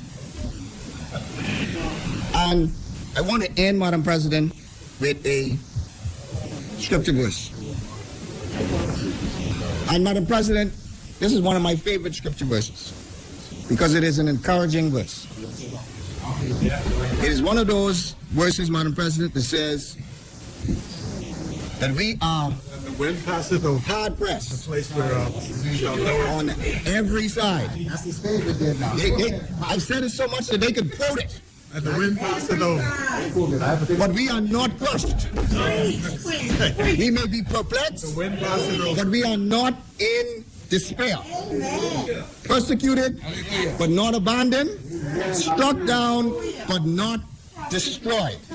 But Madam President, The wind passeth over. And the place whereof shall know it no more. we are more hopeful because of this budget. We believe that we are going to move to and continue to move into a better place. And so, Madam President, don't listen Like a flower in the to the noise. it flourishes. If you want somebody who is going to actually get the job done, then you got to stick with us. If you want somebody who just can talk about it and who can just pontificate about it, then you go with them. But Madam President, we on this side are interested in getting the job done. Say, as for me and my house, And so, Madam President, serve the Lord. it has been a privilege to be a part of this budget exercise. This budget will benefit all of the Bahamian people. And Madam President, we are thankful, we are grateful, not just for the position we have, but we are thankful and grateful because of our leader. And so, Madam President, thank you very much. I so move. Beyonce, time to go. Madam Attorney, hold on a second. Madam. Stop.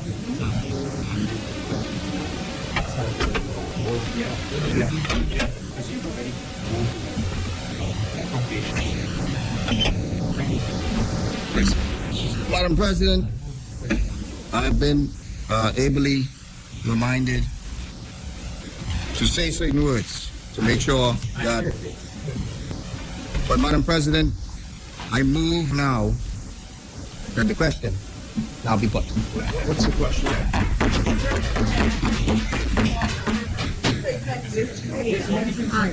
Because I can be up. What's the question?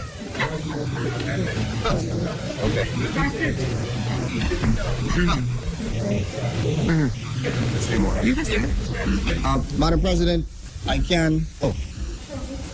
Okay. I can move. I know for the. I can put. I'm sorry. Just first one. state for the first one, and then you can go ahead. So, Madam President, Then I move for for the second reading and then- middle of a bill for an act for the appropriation of diverse sums of money for and towards the defraying of the expenses of the.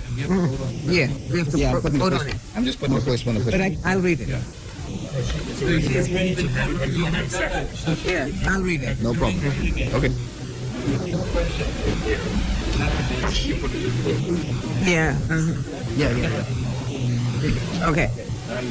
It has been moved and seconded that a bill for an act for the appropriation of diverse sums of money for and towards defraying the expenses of the government of the Commonwealth of the Bahamas on revenue account for the financial year commencing 1st of July 2021 and ending.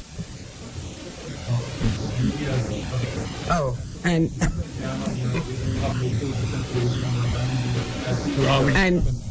ending and ending 30th of June 2022. As many as are in favor, aye. Those opposed, nay. The ayes have it.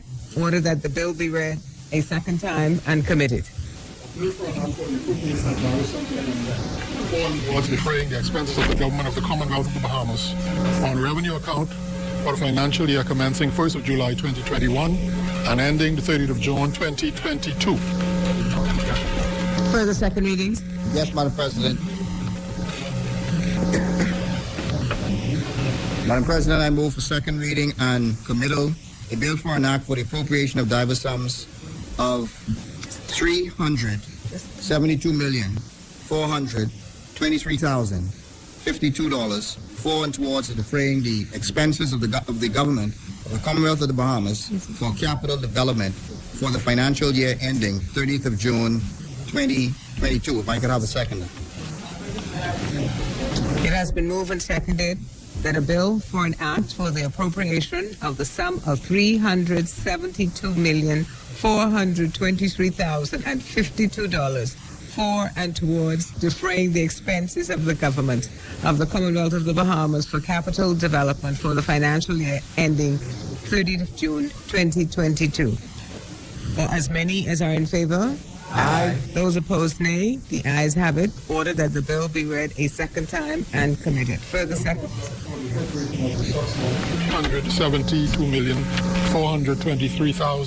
$172,423,052 for and towards defraying the expenses of the government of the Commonwealth of the Bahamas for capital development for the financial year ending 30th of June 2022.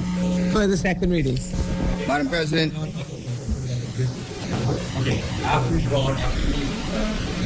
After the distinguished minister has moved all the bills, we will take a 10-minute break because there's some people who have to get some regularity with their food, and there is some food here. We don't want anybody to. Okay. We will take a 10-minute break, and it's a 10-minute break that will not be permitted to extend to 11 minutes. Okay. Thank you. Thank you. Yeah. Thank you. Thank you. Yeah. And we will accommodate that. Okay. Thank you.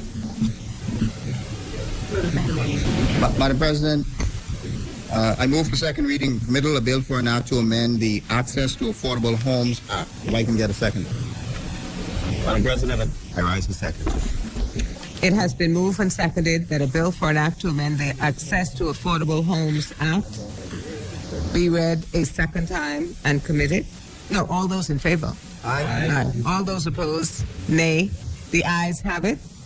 Order that the bill be read a second time and committed. Further second readings? Madam President, I move for a bill for an act to amend the Business License Act, that it be read a second time and committed. If I can get a second. Madam President, I rise.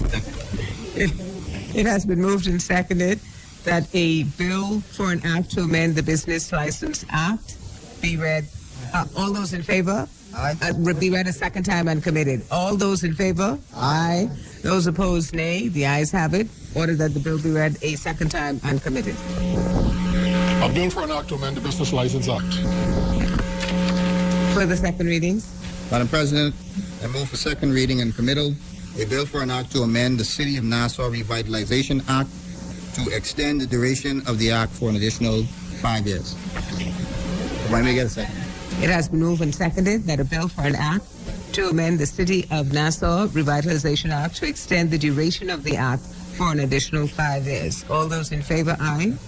Those opposed, nay. The ayes have it. Order that the bill be read a second time and committed. For the second readings. No. Let me read it first. Oh, yeah, sorry. A bill for an act to amend the City of Nassau Revitalization Act to extend the duration of the act for an additional 5 years. For the second readings. Madam President, I beg leave to read I move for second reading and committal a bill for an act to amend the Customs Management Act. If I can get a second. Madam President, I rise to second. It has been moved and seconded that a bill for an act to amend the Customs Management Act be read a second time and committed.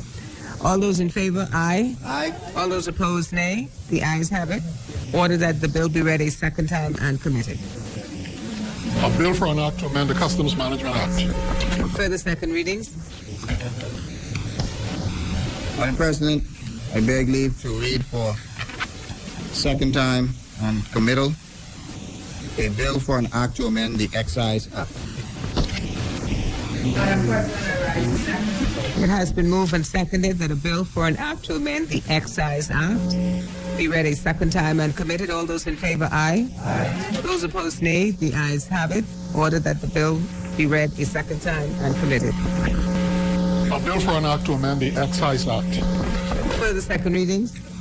Madam President, I move for second reading and committal a bill for an act to amend the Family Island Development Encouragement Act. Let me get a second. It has been moved and seconded that a bill for an act to amend the Family Islands Development Encouragement Act be read a second time and committed. All those in favor, aye. Aye. All those opposed, nay. The ayes have it. Order that the bill be read a second time and committed. A bill for an act to amend the Family Islands Development Encouragement Act. For the second readings. Madam President, I move for second reading and committal a bill for an act to amend the Immigration Act to provide for the grant of economic permanent residence. If I may get a second. Madam President, I second it.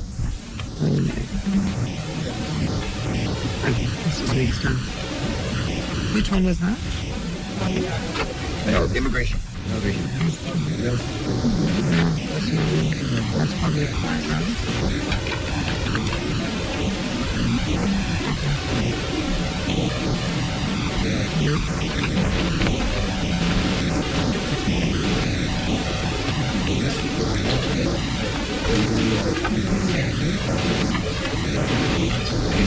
Do you have an extra copy of the immigration? Oh, two were passed at the same time. Sorry.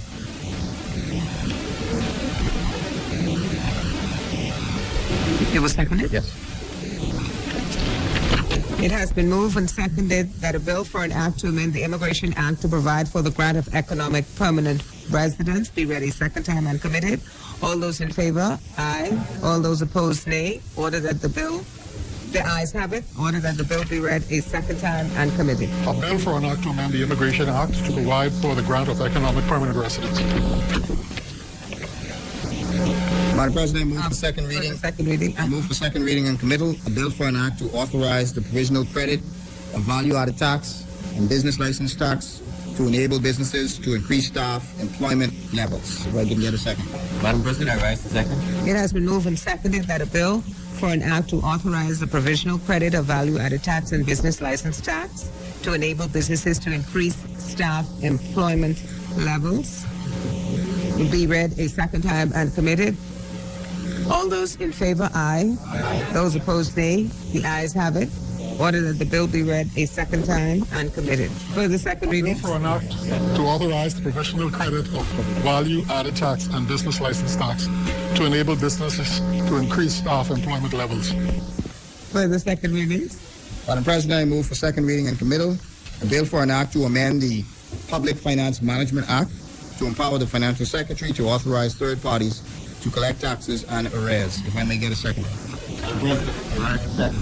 It has been moved and seconded that a bill for an act to amend the Public Finance Management Act to empower the Financial Secretary to authorize third parties to collect taxes and arrears be read a second time and committed. All those in favor, aye. Aye. Those opposed, nay.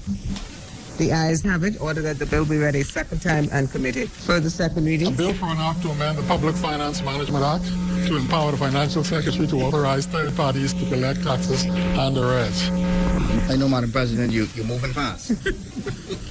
Madam President, For the second reading.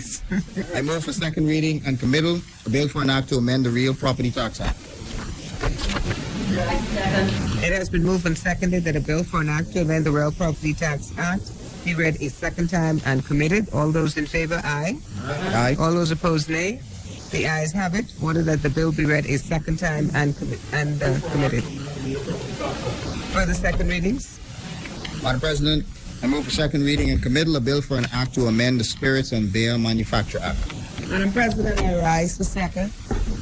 It has been moved and seconded that a bill for an act to amend the Spirits and Beer Manufacturing Act be read a second time and committed. All those in favor, aye. Aye. Those opposed, nay. The ayes have it. Order that the bill be read a second time and committed. A bill for an act to amend the Spirits and Beer Manufacture Act. For the second readings. Madam President, I move for second reading and committal a bill for an act to amend the Tax Appeal Commission Act. If I can get a second. Madam President, the right second. It has been moved and seconded that a bill for an act to amend the Tax Appeal Commission Act be read a second time. And read a second time and committed. As many as are in favor, aye. Aye.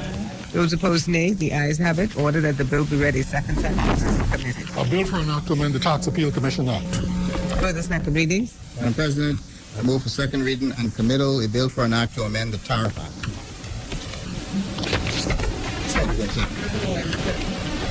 A bill for an act to amend it has been moved and seconded that a bill for an act to amend the Tariff Act be read a second time and committed. All those in favor, aye. Aye. Those opposed, nay.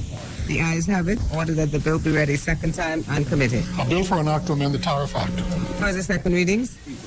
Madam President, I move for second reading a bill for an act to amend the Value Added Tax Act. Second, please.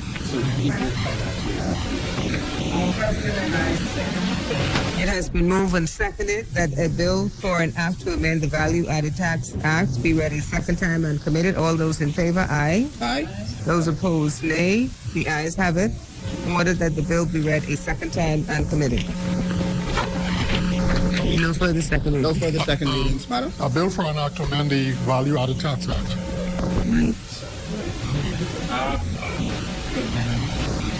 I did. Yeah, no I further asked him. second He said no. No further ones. Madam President, I move that the Senate resolve starting with Madam Vice President. It has been moved. I thought, what about our break for 10 minutes?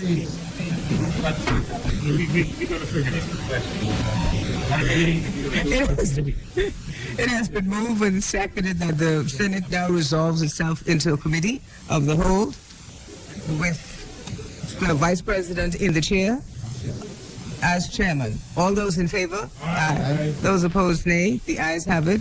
The Senate is so ordered to resolve itself into a committee with the Vice President in the chair.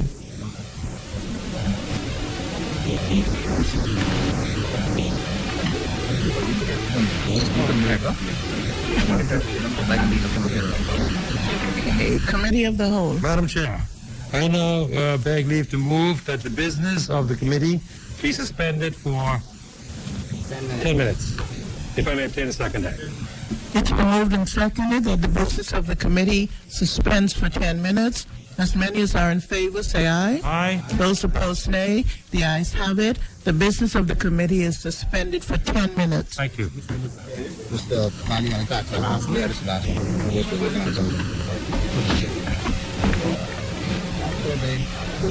Just to say the first.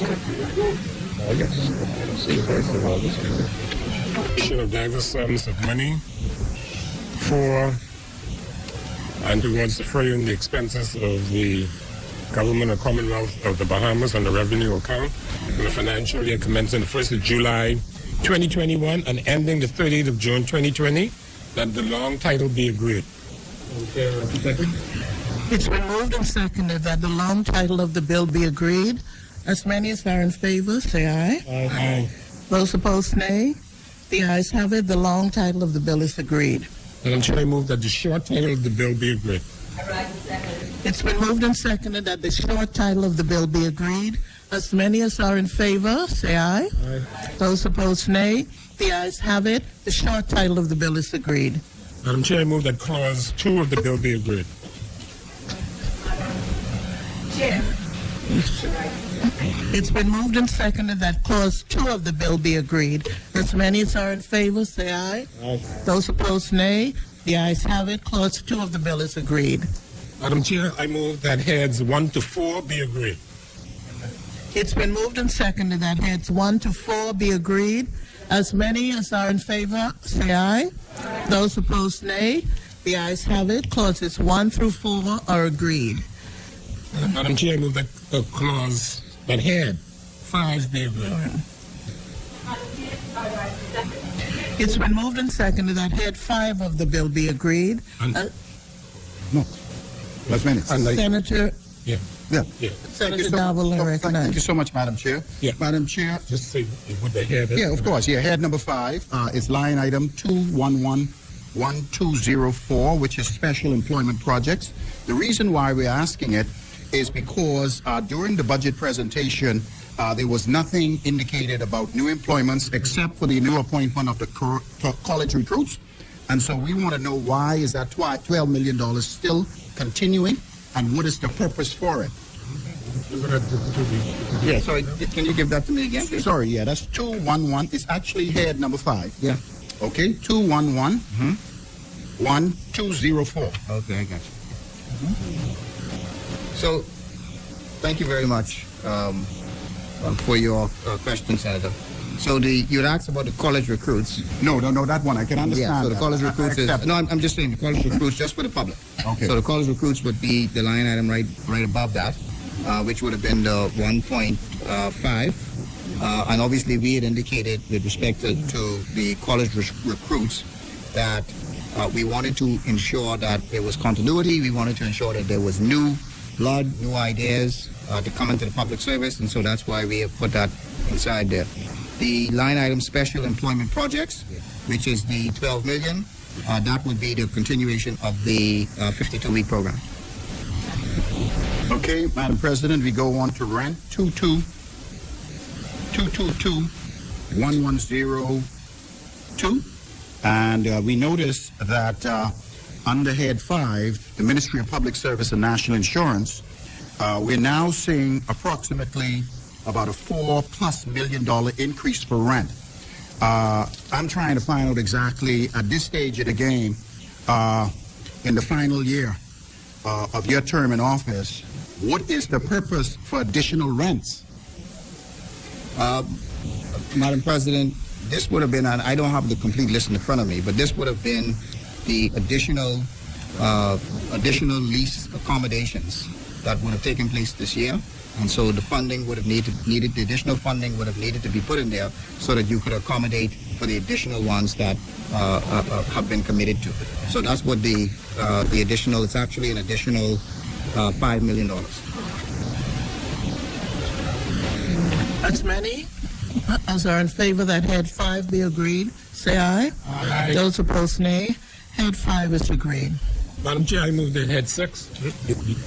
You don't want to do that. I move that head 6 and 7 be agreed. Second. It's been moved and seconded that heads 6 and 7 be agreed. As many as are in favor, say aye.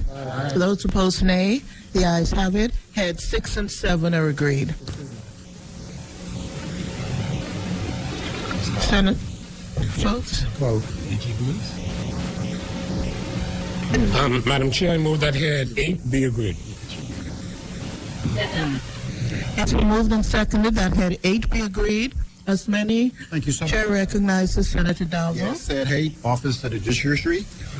Yes, we're looking at personal emoluments, and we're looking at 2111102, and this is salary of contract workers. We noticed an increase of close to about maybe $600,000, and we just want to get an idea of what it is, because in this crisis we noticing some increase or some new people coming into the system.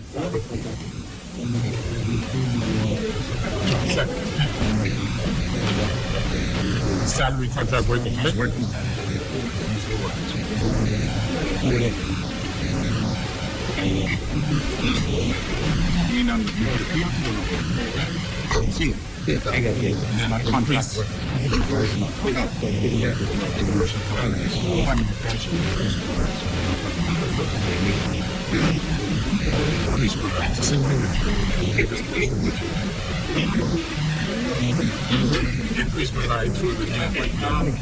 Yeah, the salary provides for the increase for the appointment of new contractual officers and the transfer of contractual salaries from the P&P line item in the budget year 2021 to 2022. That is the information I have there. What is actually happening is we have taken on a host of new judges, etc., and so there are new employees that would have to be brought in respect to them. Secretaries, for example, bailiffs, support staff, and so I think this is in anticipation of the significantly increased numbers of active justices in the court, as well as the development. And you have to understand that there are several high-tech matters that are being dealt with by the CJ. There is a contract. There are some contracts coming in terms of the development of the integrated case management software situation that I spoke to you about in my presentation. So there are some contractual issues that would arise in the connection with these things. Pardon me? Support staff for the initiative. Support staff for the initiatives. How many? I can get that information for you, and I'll supply it to you from. Thank you. Yeah, we appreciate it. I'll speak with the new registrar after that new registrar is appointed. We've just advertised the post. Madam President, I move on then. Services, 2251134, special project, a new line item of $1 million. And we notice it, and it stands out. Yeah. So I'd like to get an idea of why you need $1 million for special projects. Yes. Yeah. You don't know the nature of this Chief Justice. He is a man of action and foresight, and he's planning. Oh, yes. So that we can. No. This was we are also preparing for what we hope will one day, and hopefully during this budget term, be the creation of the Independent Office of the Judiciary through the Court Services Act. And these particular funds were transferred from our head to the head of the judiciary towards that end. Right? This thing your people do me. Nothing further?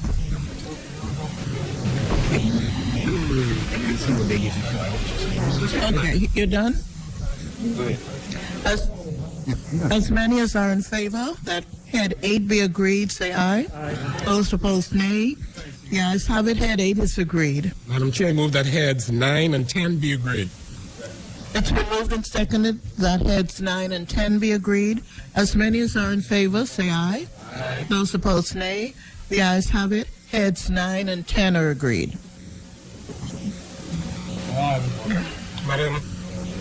Madam Chair, move that head 11 be agreed.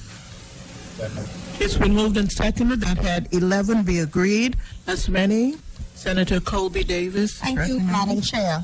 I am at head 11 under Utilities and Communication, line item 224-1211, cleaning and toilet supplies. Now, I don't want to alarm you because, yes, the figure did not change, but I've been speaking to quite a number of police officers, and there's major concerns down at the prison about the lack of toiletry supplies and stuff. So my question would be, why hasn't the government facilitated, or is there any plans outside of this 160? Because it doesn't seem like that is enough or adequate enough for them to have enough of the supplies. Yes, yes. Madam President, we are guided by the ministries, and if the ministries indicated that that was sufficient, then I have no other comment on it. As many as are in favor that head 11 be agreed, say aye. Aye. Those opposed, nay. The ayes have it. Head 11 is agreed. Madam Chair, I move that heads 12 to 17 be agreed. It's been moved and seconded that heads 12 through 17 be agreed. As many as are in favor, say aye. Those opposed, nay. The ayes have it. Heads 12 through 17 are agreed. Madam Chair, I move that head 18 be agreed. Second. It's been moved and seconded that head 18 be agreed. As many. Senator Sweeting. I am at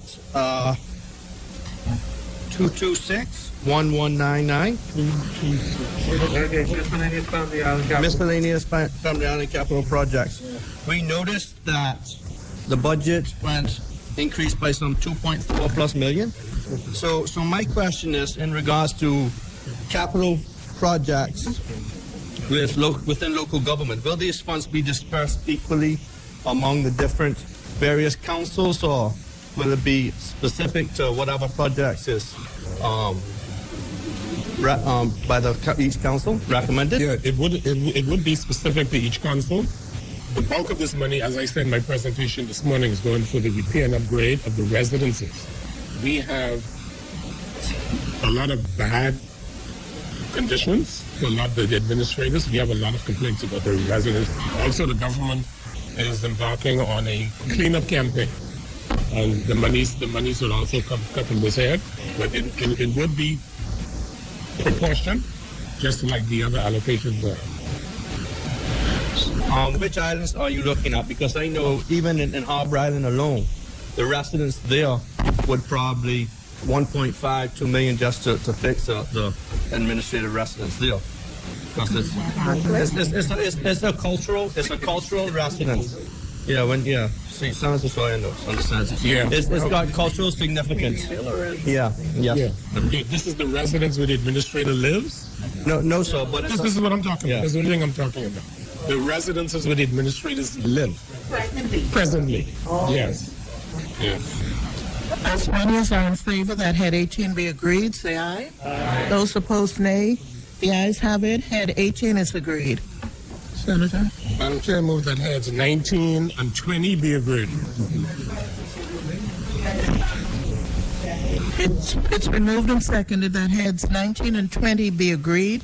As many as are in favor, say aye. Aye. Those opposed, nay. The ayes have it. Heads 19 and 20 are agreed. Madam Chair, I move that head 21 be agreed.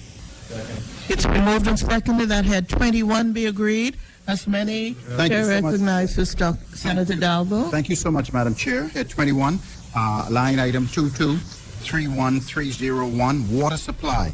Now, this is concerning me because last year there was an estimation of 7 million, and this year is 11,208,000 approximately. We want to know, is this additional funding associated with many of the outstanding water contractual agreements throughout the Family Islands? And if it is so, which islands are you looking to deal with this additional funding? So thank you, Senator Darwell. I don't have the exact list of those outstanding water contracts. What I can say is that this funding, the additional $4.2 million, is provided to go to the water and sewage services for all of the government agencies during this period of time. So you're saying that this is And it's an estimation of additional water consumption at all the relative ministries.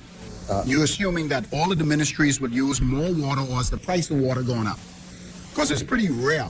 If you have a line item of about 7, and you have a ministry that consumes X amount, the permanent secretary and everyone can pretty much give a pretty much close estimate. So, The answer is, it is not as a result of an increase in water. I can say that outright. But there must be some additional needs that are required, and this is what was this was what was requested, obviously, by the Water and Sewage, that would accommodate the other government agencies. So that's what this increase is for. Madam President, could I move on? We want to go to line item 2251115 and consultancy services. The consultancy services has now jumped from 4.1 million to 9.3 million. We need a little bit of clarification on why that's happening, and what are you projecting the need for an additional, almost double? Yeah, so that's an additional 5.1 million. You know, one of the things that we've been focusing on is upgrading the digitalization, upgrading the IT services. And so what this is for IT consulting services as well as for cybersecurity services. Yes, move on to 272112, and this is the National Drug Plan. The National Drug Plan in 2021-2022. What, sorry? The national, yeah. 272 or 227? 2721112, page 90. Yeah. Yes, the National Drug Plan. This particular plan has been cut almost $2 million. And I need to know, is this the National Insurance Drug Prescription Plan payment, or is this associated with the drug plan that may be associated with the various clinics? I need some clarity on it, because it's a $2 million cut. And we know that the plan itself, if it's a National Insurance Drug Prescription Plan, is having a difficulty because they cannot keep up with the demand for the prescriptions. And I would want to know, why would you want to reduce it in the midst of all of these non-communicable diseases that's around and individuals with gross comorbidities? Why would we reduce it by $2 million? So the allocation is being reduced by 1.8 million. Okay. And this is not, this doesn't have to do with the services that are being provided by the National Drug Plan. The National Drug Plan services have not changed. They will not change. In terms of this has to do with the payments. And so the payments are being reduced. So it doesn't have to do with the services. Payments to whom? This would have been the payments from the government over to NIB in order for those. So because obviously we've been making our commitments with respect to it, you now reduce the amount that you allocated for the payment of it. So that's what this is about. But there is no reduction in terms of the services for the National Drug Plan. Item 2A21619. Lucayan Renewal Holdings. There is a $3 million allocation there. And when you were on your feet, you spoke specifically about the hotel now moving in transition to the new owners. And so why do we need the $3 million? And is this $3 million for the payment of the existing employees, or is this $3 million for some sort of upgrade at the facility prior to its finalization of the sale? Thank you for your question. When we came to office, we had a situation where Hutchison was threatening to close the hotel. We could not allow that to happen. We wanted to ensure that the Grand Lucayan did not turn into Royal Oasis, and that Port Lucaya did not turn into the Bazaar. And so we made sure that we purchased it, and this line item was put in place in order to pay for the operational costs. What we have planned for and allocated for is if there is another 3 months that this proceeds, 3 or 4 months that this proceeds, that we have sufficient funding to assist with the operational costs. We are hoping that very shortly we are able to turn this off. And so we may not need the full 3 million, but we wanted to allocate it just in case. So, Minister, in the event that it goes beyond 3 months, then you will have to find additional funding.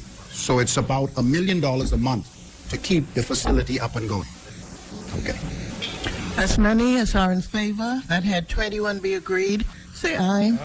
Those opposed, nay. The ayes have it. Head 21 is agreed. Madam Chair, I move that head 22 to 28 be agreed. It's been moved and seconded that heads 22 through 28 be agreed. As many as are in favor, say aye. Those opposed, nay. The ayes have it. Heads 22 through 28 are agreed. Madam Chair, I move that head 29 be agreed.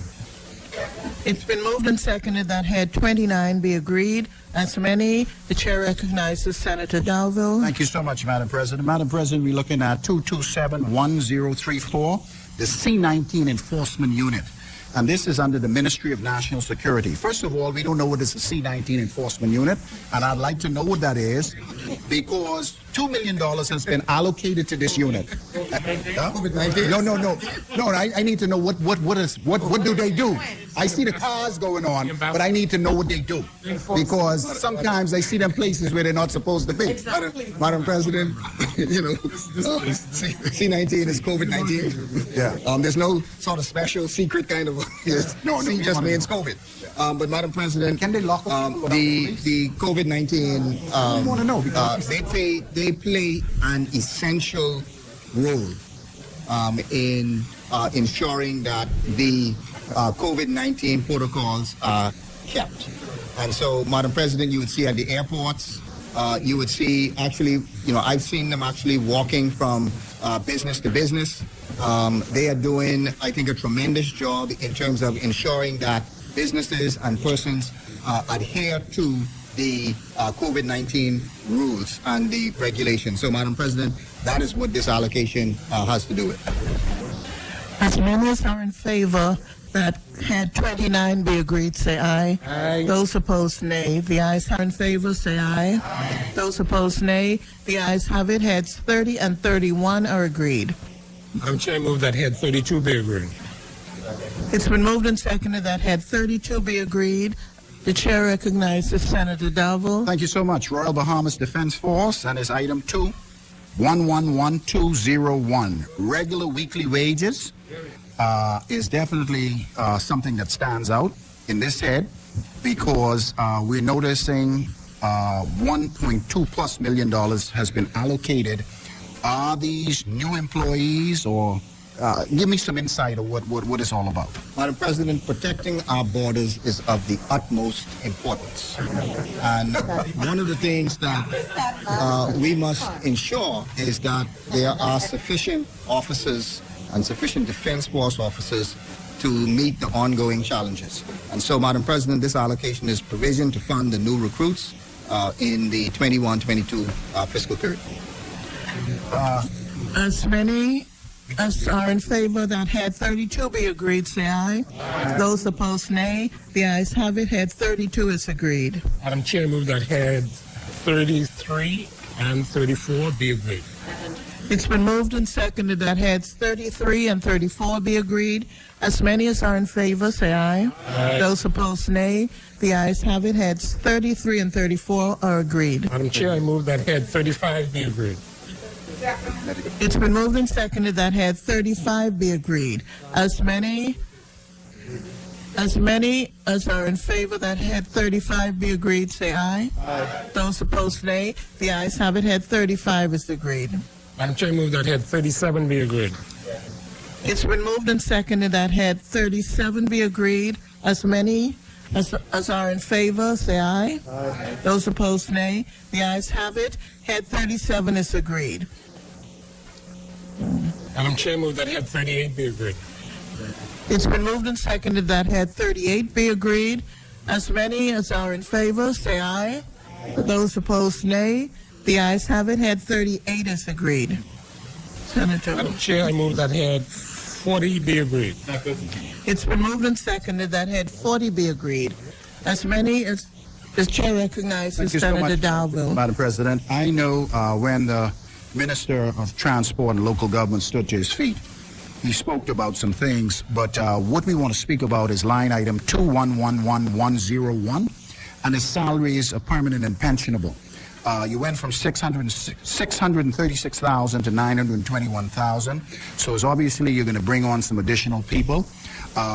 What would be the responsibility of these individuals as it relates to that line item? Yeah, this is actually to regularize the staff to convert them to PNP. No, to regularize people who already work and work. As many as are in favor that clause 40 be agreed, say aye. Aye. Those opposed, nay. The ayes have it. Head 40 is agreed. Chair, I move that head 43 be agreed. Second. It's been moved and seconded that head 43 be agreed. As many, Senator Colby Davis. Thank you, Madam Chair. Madam Chair, I'm under head 43 at line item 2821424, Urban Renewal Department.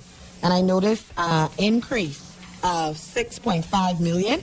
And I just wanted clarification because I see that the total hasn't increased much at the bottom. But I just wanted clarification of where this was transferred from or moved from, or what is the purpose of the amount there. Thank you. Madam President, this is for the Urban Renewal Department, and this allocation provides for the operational expenses for the Urban Renewal Department. It also includes the gratuity payments to the eligible contract workers, and also for minor roof repair program, $1.2 million for the minor roof repair program. As many as are in favor that head 43 be agreed, say aye. Aye. Those opposed, nay. The ayes have it. Head 43 is agreed. Madam Chair, move that head 44 be agreed. Second. It's been moved and seconded that head 44 be agreed. As many as are in favor, say aye. Aye. You're rising in relation to head 44? Okay. This chair recognizes Senator Colby Davis. Thank you, Madam Chair. Madam Chair, first at Personal Emoluments, head 44, line item 211101. Salary, permanent, and pensionable. And I noticed that there's actually a decline in the amount there for the year. And I'm just questioning where the decrease came in, because I know that we need more manpower for social services and what we're dealing with. Madam President, we value our social services workers. They are doing a tremendous job. The decrease, though, represents staff transfers, resignations, and retirement. As members are in favor that head, Senator Davis, you have another one? Yes. Thank you, Madam Chair. I am now still under head 44, line item 2721001, social assistance benefits. And I just want clarification on this increase. Went from 5 million and is now 25 million. So if I could get further clarification on where that increase came from, thank you. Madam President, we spoke to this principle really in our budget debate and in the communication. And I'm sure that none of those on the other side would have any difficulty with us increasing social assistance by $20 million, not because it would be needed. But one of the things that we are doing is we have reduced the funding when it comes to the unemployment benefit for the entire year, because we said we had allocated the unemployment benefit up to September, so it's been allocated for up to September. And for those persons who will still require assistance, they now will be transitioned into social services. And so we needed to make sure that social services had sufficient funding to be able to accommodate those persons. We are hopeful and we anticipate that through the initiatives that have been put in place to increase employment, that a number of those persons who are on the job program or who are on the unemployment program now would be hired through that initiative. But again, for those who may require some assistance, they will then transition into social services, and we want to make sure that we have sufficient funding to assist them. Senator. Thank you, Madam Chair.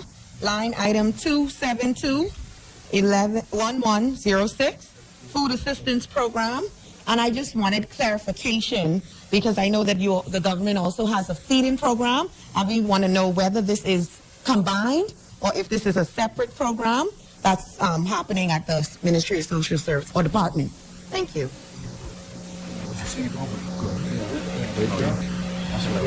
So, as you will see, this is the food assistance program. Okay. This is the National Food Assistance Program. It's allocated in the National Food Distribution Task Force. That's the proper name, and so that's what this is. What this is for. Nothing to do with the feeding program that was being run for COVID-19. No, this is the same program. This is the National Food Distribution Task Force. Oh, okay. Correct. Okay. We wanted to clarify. Yeah, this was. All in one. Yeah. Okay. Yeah. For those persons, again, Madam President, the government was very concerned as a result of COVID-19, and we wanted to make sure that the government put in place the necessary food program. I think the number would have been, and you will see the food assistance program in terms of the amount that was spent. You will see the line of in excess of $43 million. And so, Madam President, this would have been last year. So, Madam President, this just provides evidence. 24. It's lower last year. No. I'm looking at the line item of the actual expenditure. Okay. The actual expenditure has been $43 million. So we have again, and we say these numbers, but this bears it out in the actual budget that there was an expenditure of $43.9 million. In fact, it was probably even more than that because this is only up to March of this year. You have another one, Yes, Senator? Madam Chair. I am still under head 44, line item 2821258, Elizabeth Estates Children's Home. And I just have to raise this point because there's been a number of concerns coming from the children's home, especially when I visit, that there's not enough adequate manpower, there are limited resources, just the living and the programs for the children. It just seems like there's not enough funding provided to the home. And this fund, this amount hasn't changed for some time. So I want to advocate at this point that I think this is something that the government needs to pay particularly more attention to because the homes feel like they are burdened. And the kids there, we're trying our best as a country to care for them, but we need to provide them the adequate manpower, the adequate funds that they need. And that $45,000 doesn't care that it is assisting them or it's going too far enough to help them. And I think $445,000. And this is for all the homes across the country. Many of them have the same issue and the same complaints. Okay? Thank you. As many as are in favor that head 44 be agreed, say aye. Those opposed, nay. The ayes have it. Head 44 is agreed. Should we move that head 45 be agreed? It's been moved and seconded that head 45 be agreed. As many as are in favor, say aye. Those opposed, nay. The ayes have it. Head 45 is agreed. Should we move that head 47 be agreed? It's been moved and seconded that head 47 be agreed. As many, Senator Mitchell? Yes, thank you, Madam President. Given what I raised in the debate, the substantive debate, the line item which has the allocation for the Bahamas Olympic Association, which is 2821212. Yeah. Right, that says 50,000. Now I have a copy of a letter where they've requested with the Olympic Games this year. They've requested, in fact, from the government 150,000. Are you? And they're complaining that they've not, in fact, been paid the subvention for this year as well. So the question is, do we know what the position is on the subvention? It's already been decided.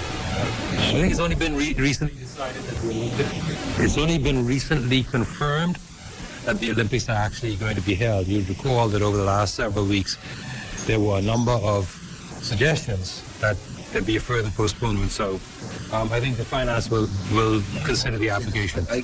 I haven't seen a copy of the letter that you have sight of, but I have all confidence in the minister who's responsible for sports that he will ensure that they are provided with what is necessary. Senator Dalvo? Yes, going in the same head, 047, Ministry of Youth, Sports and Culture. I noticed that there's two new line items. 2821264, 2821265. It's an allocation to the Falcon Boys Club and the Outreach Youth Organization for Grand Bahama. I think those allocations are worthwhile allocations, but in view of the fact of the challenges Grand Bahama faced, particularly with Hurricane Dorian, these two organizations made a tremendous contribution in many of the inner city areas and provided food, clothing, social, as well as economic support. And I think even though I commend the 10,000 each, I am of the view that it should be a lot more in view of the fact that they are definitely making a strong contribution, particularly in the inner city areas. Madam Chair, I 100% endorse what Senator Dalvo said. I mean, he knows them. I know them quite well. I want to publicly commend Darren Roll, who is the head of the Falcons Boys Club. He has done a tremendous job. He's built a community center. We have assisted him in the past, and we continue to assist him. Dudley Said Reach Out Youth Organization, again, they have done a tremendous job. He was a part of our feeding program in Grand Bahama and continues again to do an excellent job. So I commend both of them. Madam President, I am pleased that we have been able to set aside this $10,000 allocation, and for the first time, there is a set allocation for them.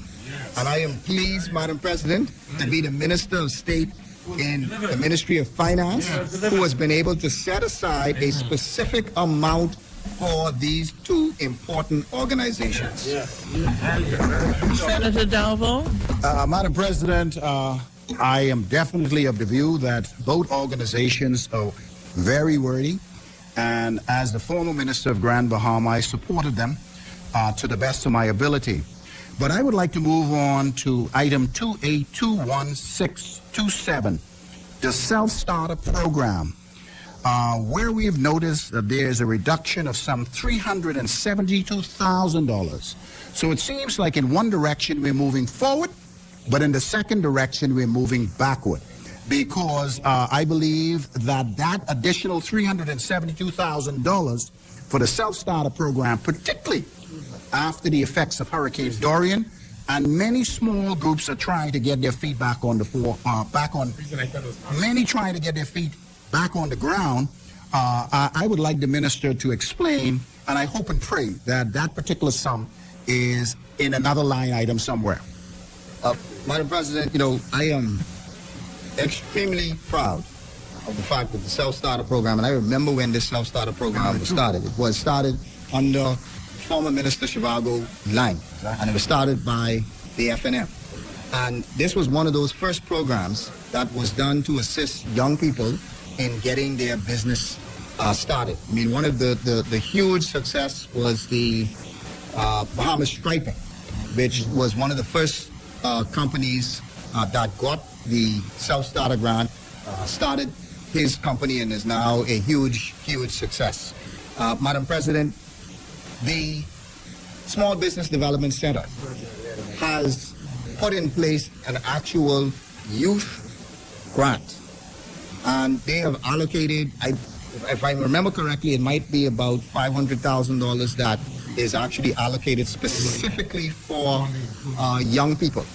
And for the, again, this does not just include giving them a grant, but it includes mentoring them, and it also includes providing a space and accommodation for them to do their business. So actually, for the first time, you're not just giving them a grant, but you are setting them up with mentors, and you are actually setting them up with a place that they can get their business started. So the Small Business Development Center is doing a tremendous job with respect to that youth program and the youth allocation. And so this amount, this $300,000, is actually in addition to the amount that is being set up at the Small Business Development Center. As many as are in favor that Head 47 be agreed, say aye. Aye. Those opposed, nay. The ayes have it. Head 47 is agreed. Madam Chair, move that heads 48 and 49 be agreed. It's been moved and seconded that Heads 48 and 49 be agreed. As many as are in favor, say aye. Those opposed, nay. The ayes have it. Heads 48 and 49 are agreed. Madam Chair, move that head 51 be agreed. Second. It's been moved and seconded that Head 51 be agreed. As many, the chair recognizes Senator Dalvo. Yes, good day. Thank you so much. We're looking at line item is under supplies and materials, 2251337, operation of facilities or other services. We've noticed that we jumped from 152,000 to 1.6 million. We need to know exactly what it is. Is that infrastructural upgrade at the new post office, or is it associated with issues associated with the other post office that was torn down? Well, please explain it to me. Thanks. I don't know what it's for. Yeah, this provision is to provide security services at the 8 post offices in New Providence. No, we only have security at 1, and that's the town center mall. So what about at our family islands? No, it doesn't include the family islands. Oh. We don't have problems in the family islands. We're very peaceful. Unless you know something that I don't know. I know a lot, But I don't think we need to hire security. As many as are in favor that Head 51 be agreed, say aye. Those opposed, nay. The ayes have it. Head 51 is agreed. Yeah, Madam Chair, I move that head 53 to 55 be agreed. Is there a second? It's been moved and seconded that Head 53 through 55 be agreed. As many as are in favor, say aye. Those opposed, nay. The ayes have it. Head 53 through 55 are agreed. Madam Chair, I move that head 56 be agreed. It's been moved and seconded that Head 56 be agreed. As many, Senator Sweeting. Thank you, Madam Chair. I am at 225-1139, food security. We've noticed that the budget for food security has dropped by $1 million. And knowing what people have gone through with the pandemic and the necessary provision for food, our concern is not that it's just dropped by $1 million, but also what does this line item entail for food security? Madam President, just again to be clear, this was a $6 million allocation, and it has dropped to $5 million. And you would have seen, I think, in the expenditure line, and obviously this would have been due to COVID restrictions and the issues that took place during COVID, that there was only a spent amount of $228,000. But, Madam President, we had to do balance and acts in respect to a lot of these items. And so you would have seen increases in things like the social services budget that would have focused on the food program, that would have focused on other issues with social services. So, again, it was a balance and act in being able to do certain things. So there still is an allocation of $5 million, and we've been advised that the $5 million is adequate to accommodate them for this year. Thank you. Senator Sweeting. I am now at 282-1127. This is a new line item for scholarships and grants at BAMC for $1.125 $5 million. And just wondering, is this scholarships only to BAMC alone, or? Yeah. Only. Which item? It's 282-1127. Yeah. And my concern also is how much is allocated to the Family Islands, because we have a BAMC office in Eleuthero, and it's kind of hard for them. There's nothing there, so they have to go to Anta. So our concern is, would there be a main provision to include Family Island students? Madam President, I am actually very pleased that the government has been able to allocate 1.125 million, which is a new allocation for grants for BAMSI. What this means, Madam Chairman, $1,125,000, but what this means is that you will have those persons who wish to get into BAMSI the same way that we have been able to allocate funding for the free BTVI, free University of the Bahamas, and now we've allocated funds for free BAMSI. And Madam President, just as the Family Islands take advantage of the University of the Bahamas, just as the Family Islands take advantage of BTVI, we expect that Family Islands will also take advantage of BAMSI. And I might add that what this government was able to do, in particular with respect to the University of the Bahamas, was not only did we expand it to ensure that Family Island students can get University of the Bahamas for free, but we have also ensured, and that is in this budget, that Family Island students receive $500 every month to assist them when it comes to their accommodation. Senator's reading. I'm on the next line item, 282-1266, Bahamas Agriculture Investment Strategy Boutique. This is also a new allocation for over $2 million. So we're just wondering exactly, what's involved with this new line item, and ensure that it's also tailored to the Family Islands as well. Madam President, I am so glad that the Senator asked about this $2 million allocation. Yes. This $2 million allocation, Madam President, is to fund the new Bahamas Agriculture Investment Strategy Boutique Guaranteed Loan Program. And so, Madam President, through the Small Business Development Center, this will go to assist farmers in accessing and securing loans. The resolution that the business of the Senate do continue beyond the hour of 7 p.m. May I second that? Thank you. It's been moved and seconded that the business of the Senate continues beyond 7 p.m. As many as are in favor, say aye. Those opposed, nay. The ayes have it. The business of the Senate will continue. Thank you, Madam President. Let me just repeat that. So we are very pleased that there is a new allocation of $2 million, which will go to fund the new Bahamas Agriculture Investment Strategy Boutique Grant Guaranteed Loan Program. This is going to be done through the Small Business Development Center so that farmers will be assisted in securing loans from various lending institutions. Madam President, again, one of the things that we wanted to be able to do is to diversify our economy, but also to support farmers and support fishermen.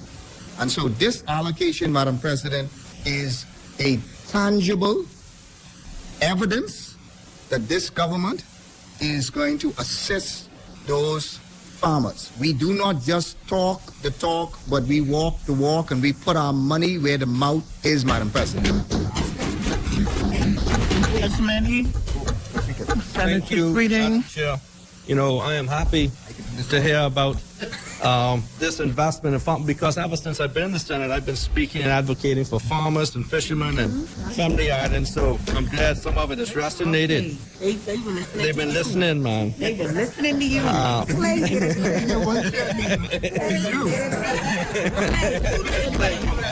Thank you, man. You better switch. Come on now. Make sure you get even more. Come on. I am on. Don't go on no sinking ship. No, man. Don't go on But you no know, sinking ship. before I get to the next line item, I heard him say a lot about new money, you know, but I also noticed that the total budget only increased by 1.4 million for this ministry. And them two line items over 3 million. But anyhow, on the next line item, 282-1268, contribution for Family Island Regattas. It's interesting to know, is this just moved from a different ministry? Because I know Family Island Regattas do get some contributions. 282-1268. 282. It's the next line item. Next item on the boutique. 282-1268. It says contribution for Family Island Regattas. 282-1268. 1.32 million. Oh, sorry, I'm in the wrong one. Okay, yeah, it's a new line item for contribution for Family Island Regattas. Yeah, and we're also wondering, for this allocation, are we going to have regattas in the upcoming, year because of COVID and, a lot of homecomings and regattas has been canceled and suspended? Madam President, this allocation funds are allocated for the continued support of the annual Family Island Regattas. The annual event includes 18 senior regattas and 17 junior regattas held throughout the Bahamas. That is what this allocation Has it been moved from a different ministry or? Yeah, I can't say whether it has been moved from a different ministry or whether this is a new, but what I can say again is that now $1.3 million is allocated in this ministry for it. As many as are in favor that head 56 be agreed, say aye. Those opposed, nay. The ayes have it. Head 56 is agreed. Madam Chair, move that head 57 be agreed. It's been moved and seconded that head 57 be agreed. As many as are in favor, say aye. Those opposed, nay. The ayes have it. Head 57 is agreed. Senator Fuchs. Continue. Oh, you all have a question? Madam Chair, number 65. That was 57. We're now on Then that's 58. 65, so I move that head 58 and 60 be agreed. It's been moved and seconded that heads 58 and 60 be agreed. As many as are in favor, aye. Those opposed, nay. The ayes have it. Heads 58 and 60 are agreed. Continue. Madam Chair, move that head 65 be agreed. It's been moved and seconded that head 65 be agreed. As many, Chair recognizes Senator Sweeting. Madam Chair, I am at 211-2105, risk and hazard allowance. We have noticed that the budget dropped from almost 1.1 million to 946,000. And during these times of COVID and the pandemic, we are wondering why risk and hazard allowance was decreased when we know that during these times, you need to ensure that the people in the Department of Environmental Health Services are protected. Thank you very much, Madam President. The only response that I can say to this is that if we look at what was spent provisionally up to March would have been 708,000, and so we expect that the 946,000, which has been allocated, is sufficient to cover the necessary risk and hazard allowance. As many as are in favor that head 65 be agreed, say aye. Those opposed, nay. The ayes have it. Head 65 is agreed. Chair, I move that head 66 be agreed. It's been moved and seconded that head 66 be agreed. As many as are in favor say aye. Those opposed nay. The ayes have it. Head 66 is agreed. Madam Chair, move that head 67 be agreed. It's been moved and seconded that head 67 be agreed. As many, the chair recognizes Senator Dalville. Thank you so much. Yes, we're looking at item 2521391, the Valeria Fast Ferries. We know that this is a new line item, and $600,000 has been allocated to this particular vessel that services the island of Grand Bahama. Huh? Yeah, it's actually 2521391. Yes, and I just need, I know because when we were in office, we had a similar problem that I think this particular administration is having, and I just want some clarification of it because I have not seen it in the public domain, and I'm picking it up for the first time, and I would like, the Minister of State to elaborate on what the $600,000 for Valeria is for. Madam President, I'm sure Senator Darwell recalls that a number of these vessels that come to Grand Bahama, and they're very valuable to Grand Bahama, Valeria as well as Bahamas Paradise, and this practice, and I can't even say that it started under the Progressive Labour Party. I think it was even prior to the Progressive Labour Party where subsidies were paid on to these vessels, and so this amount is to cover the subsidies that would be paid to Valeria. Madam President, Madam President, I want to go to line item 2821417, Civil Aviation Authority, Bahamas. 2020-2021, there was $15 million allocated, and now we notice that there's only $1 million. Now, just need clarification of what happened to the other $14 million. Is it necessary, or is the money someplace else? What's going on with that line item? Madam President, this government had a huge achievement this year. You would have heard the Minister for Tourism sign a historic agreement for the overflight fees, which would have meant that the government, for the first time, can now start to collect fees for its airspace.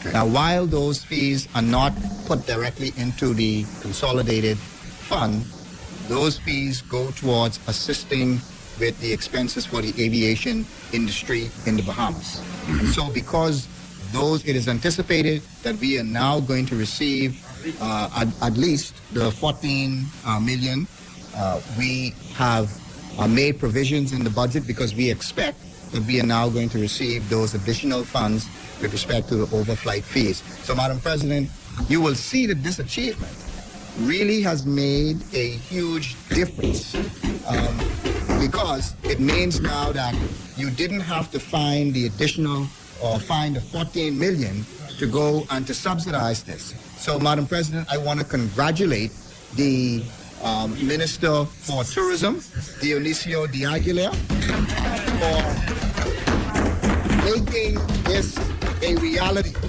And again, it's not just about talking the talk, it is about actually getting the job done.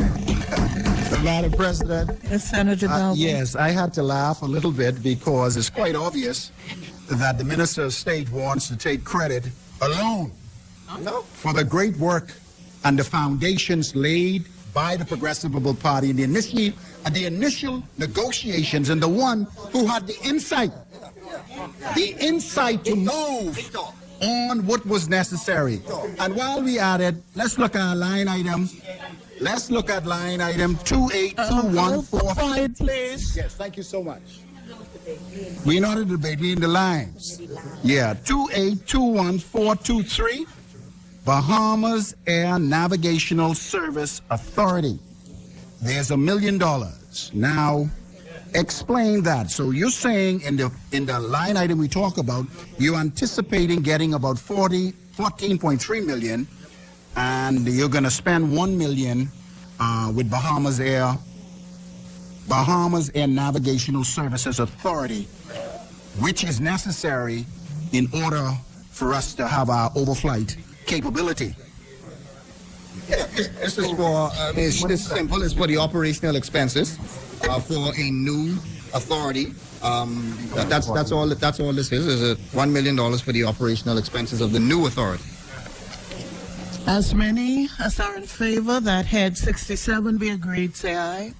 Those opposed, nay. The ayes have it. Head 67 is agreed. Chair, I move that head 70 to 74 be agreed. Second. It's been moved and seconded that head 70 through 74 be agreed. As many as are in favor, say aye. Those opposed, nay. The ayes have it. Head 70 through 74 are agreed. Madam Chair, I move that head 75 be agreed. It's been moved and seconded that head 75 be agreed. As many as are in favor, say aye. Those opposed, nay. The ayes have it. Head 75 is agreed. Madam Chair, I move that head 76 be agreed. It's been moved and seconded that head 76 be agreed. As many as are in favor, say aye. Those opposed, nay. The ayes have it. Head 76 is agreed. Chair, I move that the bill be agreed in its entirety. It's been moved and seconded that the bill in its entirety be agreed. As many as are in favor, say aye. Those opposed, nay. The ayes have it. The bill in its entirety is agreed.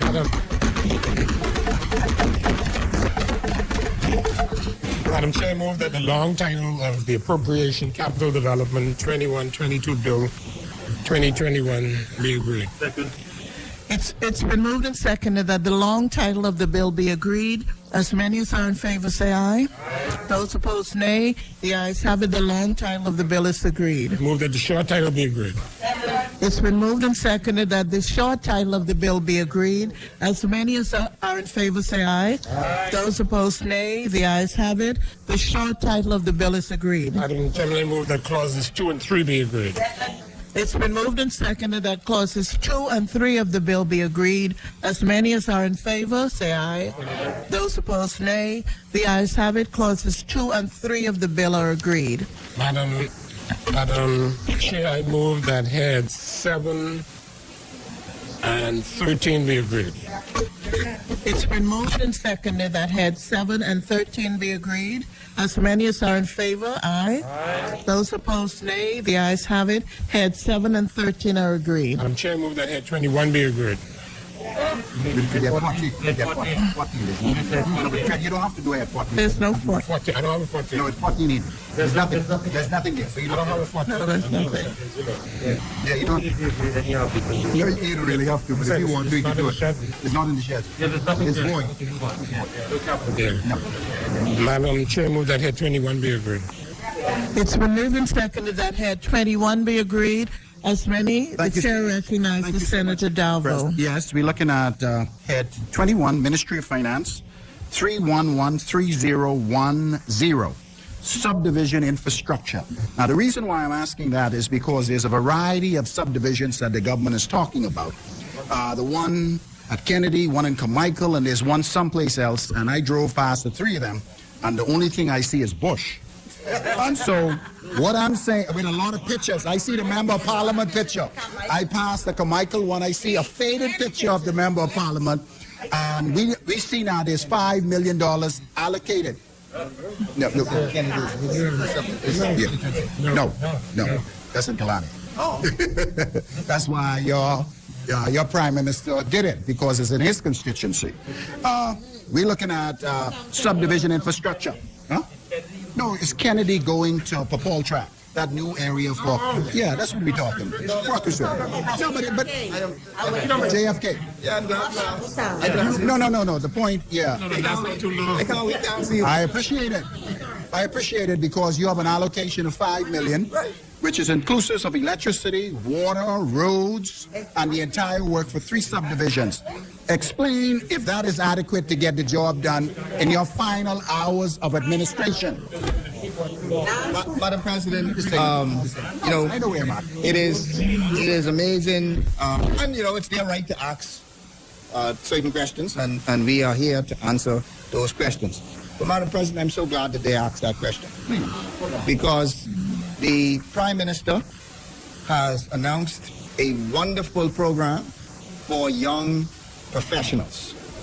That gives those young professionals an opportunity, Madam President, to get a hand up when it comes to their properties in that new subdivision that the Prime Minister spoke about. So, Madam President, I want to commend the Prime Minister for all of the plans with respect to the name of that subdivision is the Prospect Ridge subdivision that has been allocated for those new young professionals. And so the $5 million, Madam President, is allocated for to start the infrastructure work for that area.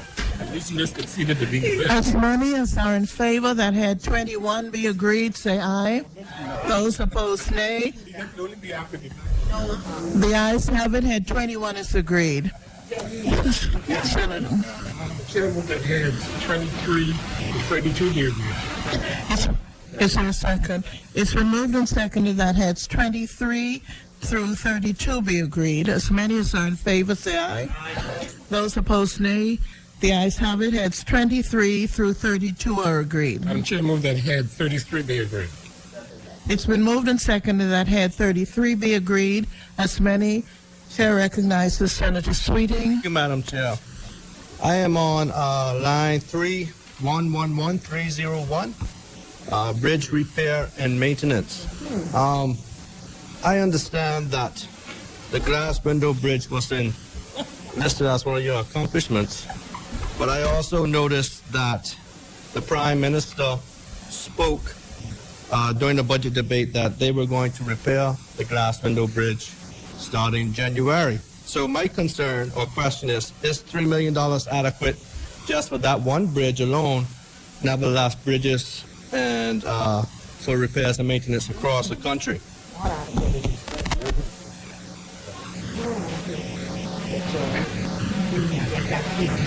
Good job.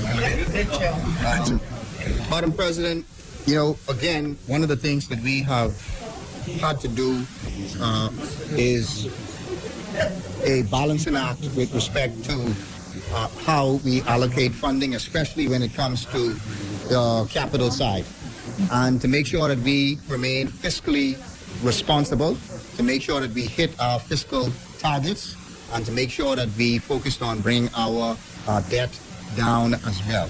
And so, Madam President, you will see that there would have been a decrease in the capital allocation.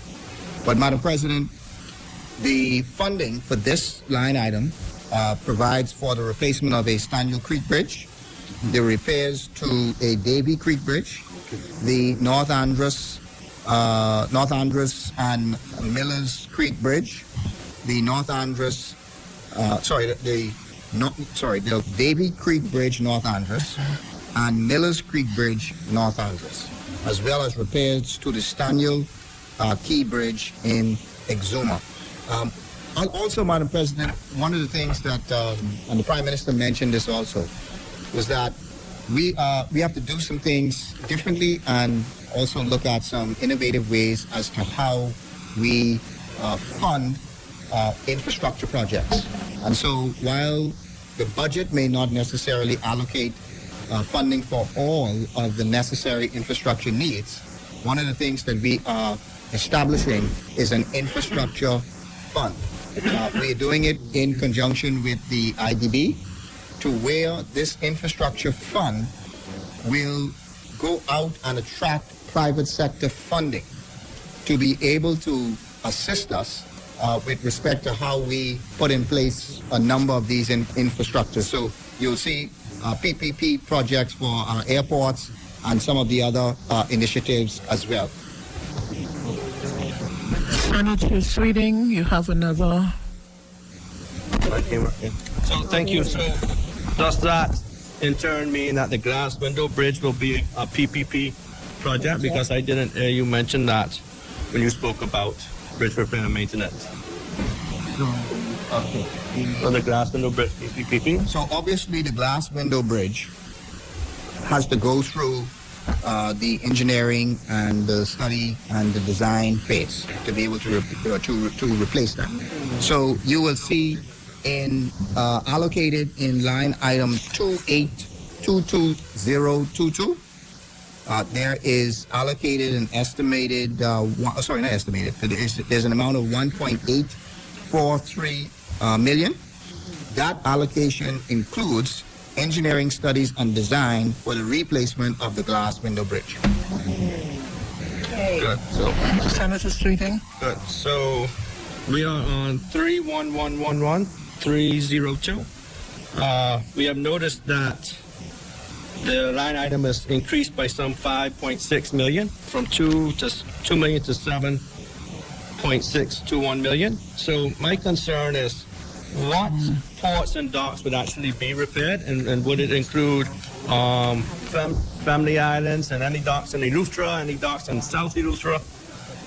So I can list off for you. Docks in Elizabeth. I can list off for you those docks, Madam President. The first dock project that is allocated in this line item is the dredging of the channel between McLeanstown Dock and Sweden Ski. East Grand Bahama.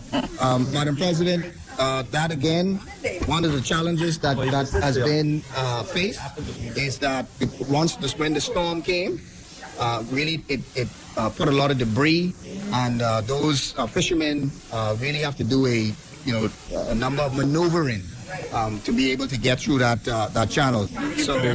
So Madam President, we made sure that there was an allocation for the dredging of the channel in McLeanstown Dock and Sweden's Key, Grand Bahama. Also included in this allocation is Abaco Seawalls and Carriageway Rehabilitation Project, construction of the Little Abaco Bridge, repairs to Low Sound Docks, repairs to Red Bays Docks, repairs to Nickeltown Docks, repairs to Count Sound Docks, refurbishment of Lisbon Creek Dock and Ramp, Mangrove Key Andros, repairs to Bullock's Harbor Dock, Berry Islands, replacement of the Land Rail Point Dock, Crooked Island, Crooked Island, replacement of the main government dock and fisherman's dock, Rock Sound, Eleuthera.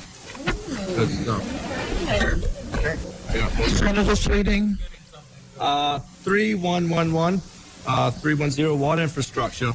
I see it's a new line item for $4 billion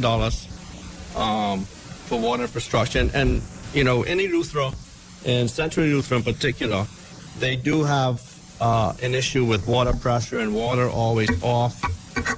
So my question is Central Eleuthera allocated in this $4 million to get some improvement in their water pressure there? After we finish doing all this stuff in Eleuthera, I think you're going to have to vote F&M.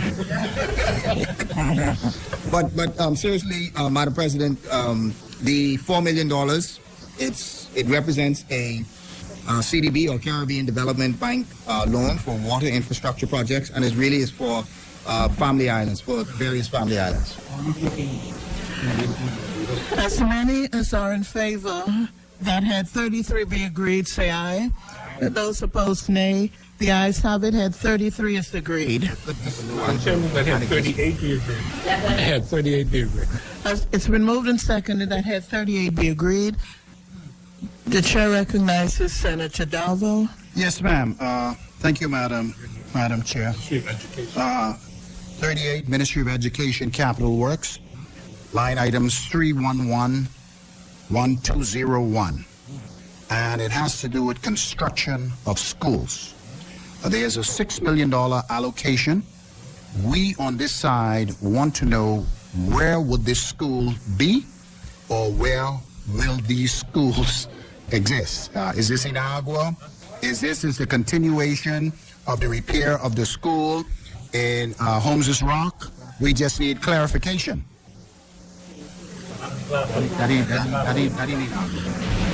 Madam President, this allocation is for the construction of preschool classrooms and bathrooms at Adelaide Primary, Yellow Elder Primary, Gambia Primary. It is for construction of bathrooms for preschools at Sunderland's Primary, Albury Sales Primary, Centerville Primary, and Sybil Strawn Primary, Old Bite Primary School, Thelma Gibson Primary, Buttonwood Preschool, Claridge Primary, Emma Cooper Primary, and Ava Hilton Primary School, and is for construction of classrooms at C.H. Reeves Junior High School, North Eleuthera High, covered pavilion at C.I. Gibson High, expansion of A.F. Adley Junior High, along with expansion and refurbishment of School of Security Boots. Madam President, this budget goes to assist with the expansion of our schools, and this allocation there's a separate allocation with respect to new schools. If you see down further, there's an allocation for 3111286 new primary and secondary schools.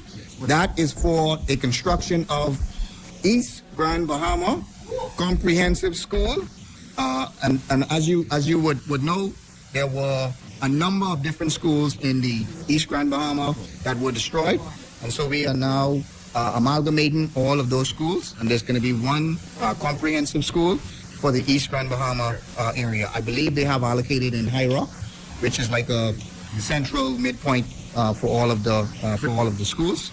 And so, Madam President, the other area is for construction of Low Sound Primary School and completion of the construction of the Staniel Key All-Age School and San Salvador Primary School. Here's the money from now. As many as are in favor that head 38 be agreed, say aye. Those opposed, nay. The ayes have it. Head 38 is agreed. Madam Chair, I move that heads 40 be agreed. It's been moved and seconded that head 40 be agreed. As many as are in favor, say aye. Those opposed, nay. The ayes have it. Head 40 is agreed. Madam Chair, I move that head 56 be agreed. It's been moved and seconded that head 56 be agreed. As many as are in favor, say aye. Aye. Those opposed, nay. The ayes have it. Head 56 is agreed. Madam Chair, I move that head 60 to 75 be agreed. It's been moved and seconded that head 60 through 75 be agreed. As many as are in favor, say aye. Those opposed, nay. The ayes have it. Head 60 through 75 are agreed. Madam Chair, I move that the bill be agreed in its entirety. It's been moved and seconded that the bill in its entirety be agreed. As many as are in favor, say aye. Those opposed, nay. The bill in its entirety is agreed.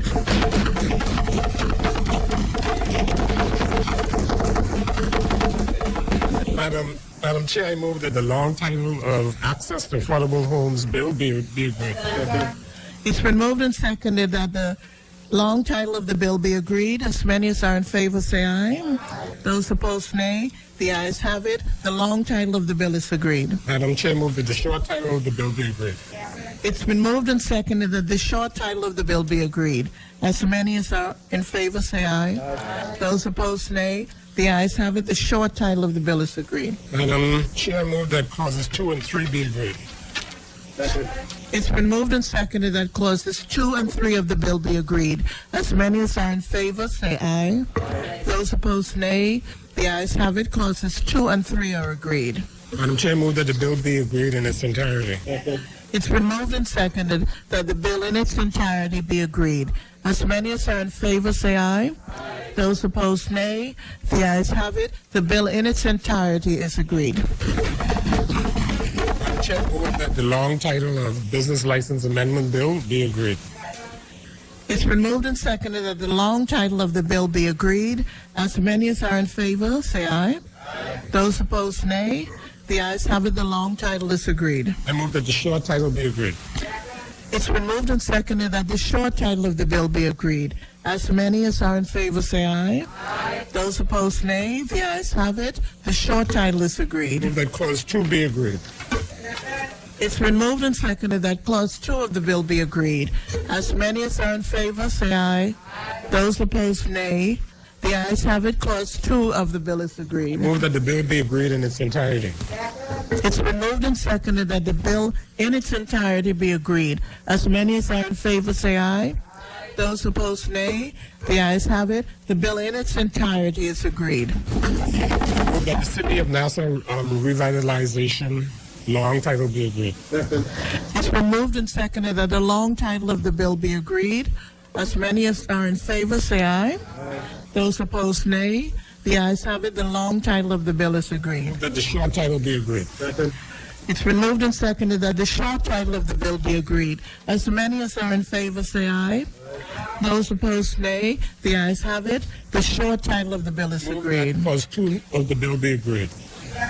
It's been moved and seconded that clause 2 of the bill be agreed. As many as are in favor say aye. Those opposed nay. The ayes have it. Clause 2 of the bill is agreed. Madam Chair, I move that the bill be agreed in its entirety. It's been moved and seconded that the bill in its entirety be agreed.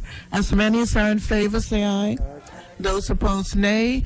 The ayes have it. The bill in its entirety is agreed. Madam Chair, I move that the long title of the Customs Management Bill be agreed. It's been moved and seconded that the long title of the bill be agreed. As many as are in favor, aye. Those opposed, nay.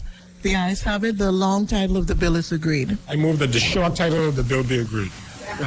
It's been moved and seconded that the short title of the bill be agreed. As many as are in favor, say aye. Those opposed, nay. The ayes have it. The short title of the bill is agreed. Madam Chair, I move that the bill be agreed in its entirety. Clause 2. Well, thank you, thank you, Madam Chair. Okay. I move that clause 2 of the bill be agreed. It's been moved and seconded that clause 2 of the bill be agreed. As many as are in favor, aye. Those opposed, nay. The ayes have it. Clause 2 of the bill is agreed. I move that the bill be agreed in its entirety.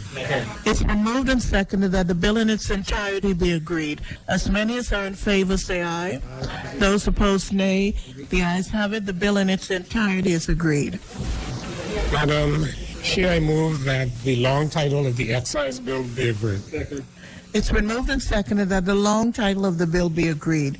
As many as are in favor, say aye. Aye. Those opposed, nay. The ayes have it. The long title of the bill is agreed. Madam Chair, I move that the short title be agreed. It's been moved and seconded that the short title of the bill be agreed. As many as are in favor, say aye. Those opposed, nay. The ayes have it. The short title of the bill is agreed. Madam Chair, I move that sections 2 and 3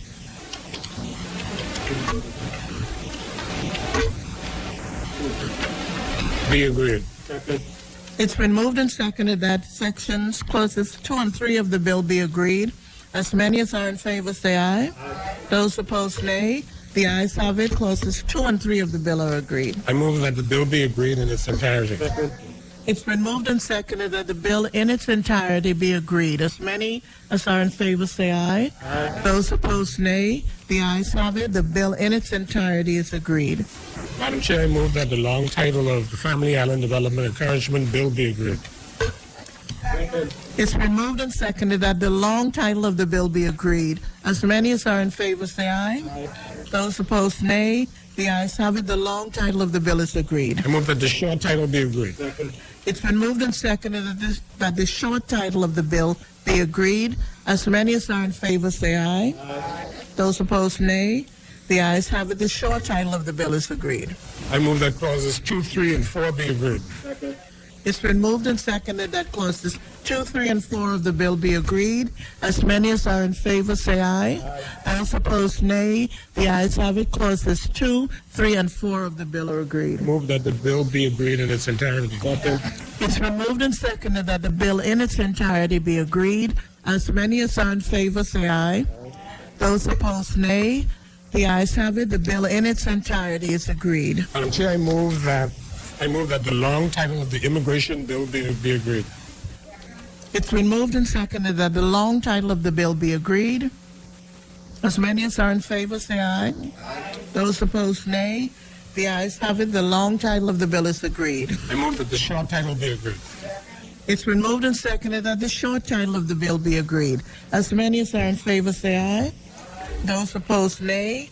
The ayes have it. The short title of the bill is agreed. Move that clauses 2 and 3 be agreed. It's been moved and seconded that clauses 2 and 3 of the bill be agreed. As many as are in favor, say aye. As many as are in favor that clauses 2 and 3 be agreed, aye. Those opposed, nay. The ayes have it. Clauses 2 and 3 are agreed. I move that the bill be agreed in its entirety. It's been moved and seconded that the bill in its entirety be agreed. As many as are in favor, say aye. Those opposed, nay. The ayes have it. The bill in its entirety is agreed. Madam Chair, I move that the long title of the Provisional Employment Incentive Program bill be agreed. It's been moved and seconded that the long title of the bill be agreed. As many as are in favor, say aye. Those opposed, nay. The ayes have it. The long title of the bill is agreed. I move that the short title be agreed. It's been moved and seconded that the short title of the bill be agreed. As many as are in favor, say aye. Those opposed, nay. The ayes have it. The short title of the bill is agreed. Move that clauses 2 to 8 be agreed.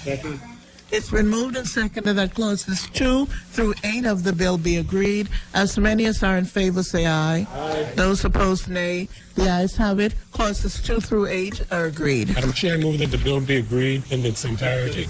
It's been moved and seconded that the bill in its entirety be agreed. As many as are in favor, say aye. Those opposed, nay. The ayes have it. The bill in its entirety is agreed. Madam Chair, I move that the long title of the Public Finance Management Bill be agreed.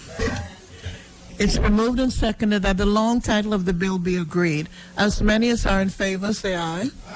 Those opposed, nay. The ayes have it. The long title of the bill is agreed. Move that the short title be agreed. It's been moved and seconded that the short title of the bill be agreed. As many as are in favor, say aye. Those opposed, nay. The ayes have it. The short title of the bill is agreed. I move that clause 2, 3, and 4 be agreed. It's been moved and seconded that clauses 2, 3, and 4 of the bill be agreed. As many as are in favor, say aye. Those opposed, nay. The ayes have it. Clauses 2, 3, and 4 of the bill are agreed. That the bill be agreed in its entirety. It's been moved and seconded that the bill in its entirety be agreed. As many as are in favor, say aye. Those opposed, nay. The ayes have it. The bill in its entirety is agreed. I move that the long title of the Real Property Tax Bill be agreed. It's been moved and seconded that the long title of the bill be agreed. As many as are in favor, say aye. Those opposed, nay. The ayes have it. The long title of the bill is agreed. Move that the short title of the bill be agreed. It's been moved and seconded that the short title of the bill be agreed. As many as are in favor, say aye. Those opposed, nay. The ayes have it. The short title of the bill is agreed. Move that clauses 2 to 5 be agreed. It's been moved and seconded that clauses 2 to 5 of the bill be agreed. As many as are in favor, say aye. Those opposed, nay. The ayes have it. Clauses 2 through 5 are agreed. I move that the bill be agreed in its entirety. It's been moved and seconded that the bill in its entirety be agreed. As many as are in favor, say aye. Those opposed, nay. The ayes have it. The bill in its entirety is agreed. Madam Chair, I move that the long title of the Spirits and Beer Manufacturing Bill be agreed. It's been moved and seconded that the long title of the bill be agreed. As many as are in favor, say aye. Those opposed, nay. The ayes have it. The long title of the bill is agreed. I move that the short title be agreed. It's been moved and seconded that the short title of the bill be agreed. As many as are in favor, say aye. Those opposed, nay. The ayes have it. The short title of the bill is agreed. I move that clauses 2, 3, and 4 be agreed. It's been moved and seconded that clauses 2, 3, and 4 of the bill be agreed. As many as are in favor, say aye. Those opposed, nay. The ayes have it. Clauses 2, 3, and 4 of the bill are agreed. Move that the bill be agreed in its entirety. It's been moved and seconded that the bill in its entirety be agreed. As many as are in favor, say aye. Those opposed, nay. The ayes have it. The bill in its entirety is agreed. Madam Chair, I move that the long title of the Tax Appeal Commission Bill be agreed. It's been moved and seconded that the long title of the bill be agreed. As many as are in favor, say aye. The ayes, those opposed, nay. The ayes have it. The long title is agreed. Madam Chair, I move that the short title of the bill be agreed. It's been moved and seconded that the short title of the bill be agreed. As many as are in favor, say aye. Those opposed, nay. The ayes have it. The short title of the bill is agreed. Move that clauses 2 and 3 be agreed.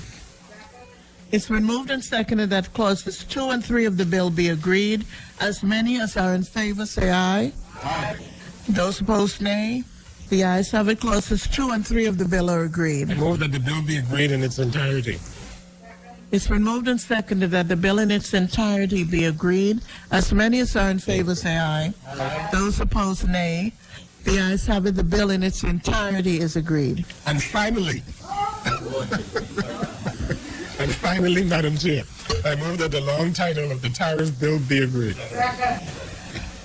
It's been moved and seconded that the long title of the tariff bill be agreed. As many as are in favor, say aye. Those opposed, nay. The ayes have it. The long title of the bill is agreed. I move that the short title be agreed. Yeah, that was the extra copy. It's been moved and seconded that the short title of the bill be agreed. As many as are in favor, say aye. Those opposed, nay. The ayes have it. The short title of the bill is agreed. No. Yeah, I move that sections. We needed that new one. Yeah. I move that sections 2. Only 2, eh? We need to make sure. Yeah, this one. Only 2. Only 2? Only 1 and 2. Okay. I move that section 2 be agreed. It's been moved and seconded that section 2 of the bill be agreed. Clause 2 of the bill be agreed. Section 2. As many as are in favor, say aye. Aye. Those opposed, nay. The ayes have it. Section 2 of the bill is agreed. Madam Chair, move that the bill be agreed in its entirety. It's been moved and seconded that the bill in its entirety be agreed. As many as are in favor, say aye. Aye. Those opposed, nay.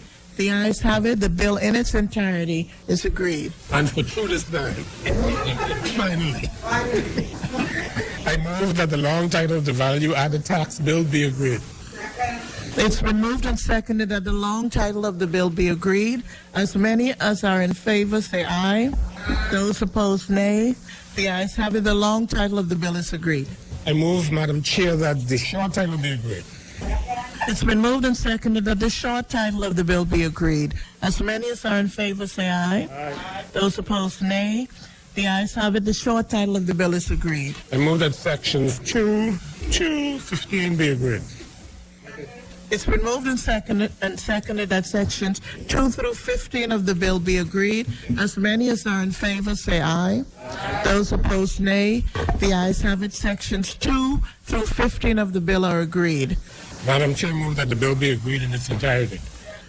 It's been moved and seconded that the bill in its entirety be agreed. As many as are in favor, say aye. Aye.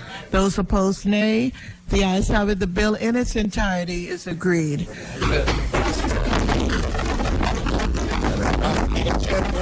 Speaker, the President, I think I'm announcing assembly, that the President now takes the chair.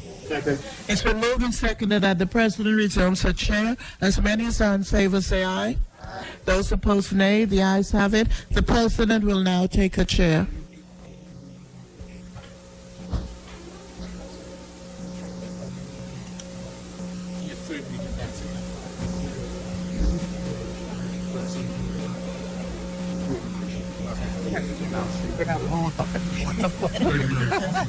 Madam President, I beg leave to report that the Committee of the Whole has gone through the various bills, having made no amendments.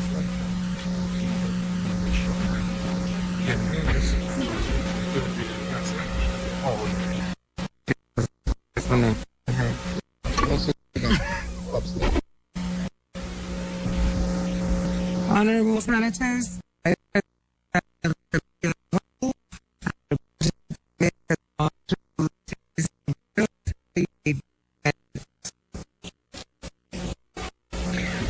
third reading and passage of bills. Yes, Madam President.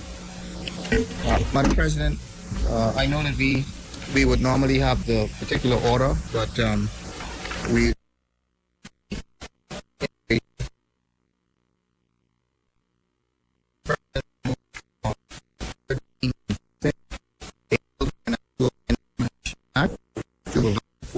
grant of economic permanent residence. So I can have a second.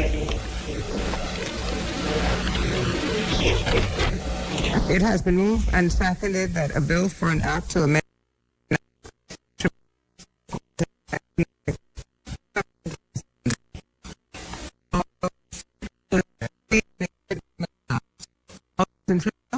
Aye. Aye. Those opposed, nay.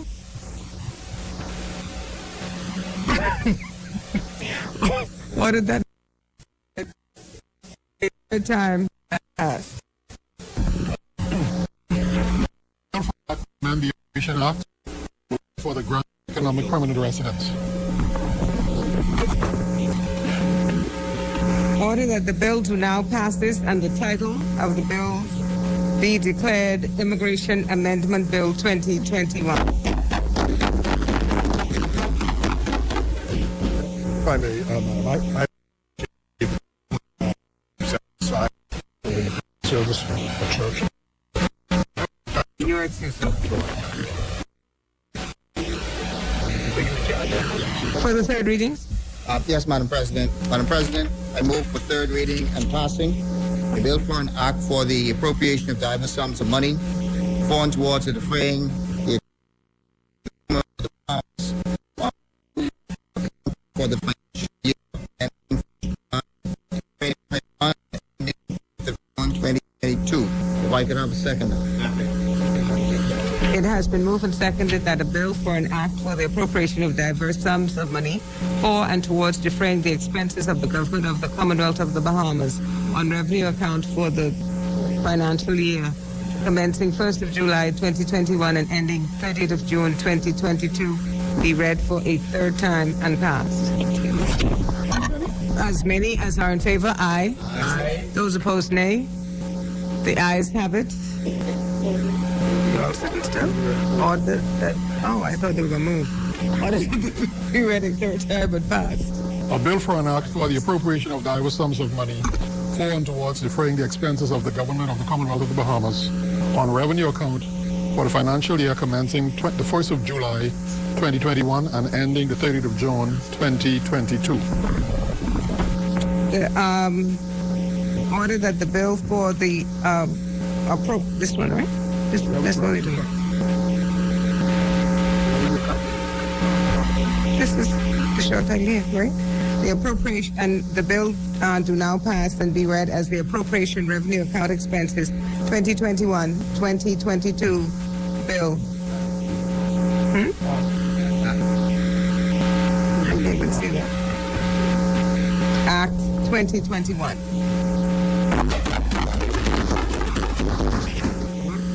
For the third reading. Madam President, I beg leave to move for third reading and passing a bill for an act for the appropriation of diverse sums of money. A bill for an act for the appropriation of the sum of $372,423,052 for and towards defraying the expenses of the government of the Commonwealth of the Bahamas for capital development for the financial year ending 30th of June 2022. If I may get a second. It has been moved and seconded that the following bill be read a third time and passed. A bill for an act for the appropriation of the sum of $372,423,052 for and towards defraying the expenses of the government of the Commonwealth of the Bahamas for capital development for the financial year ending June 30th, 2022. As many as are in favor? Aye. Those opposed, nay. The ayes have it. Order that the bill be read the third time and passed. A bill for an act for the appropriation of the sum of $372,423,052 for and towards defraying the expenses of the government of the Commonwealth of the Bahamas for capital development for the financial year ending the 30th of June 2022. Order that the bill do now passes and the title be declared the Appropriation Capital Development 2021-2022 Act 2021.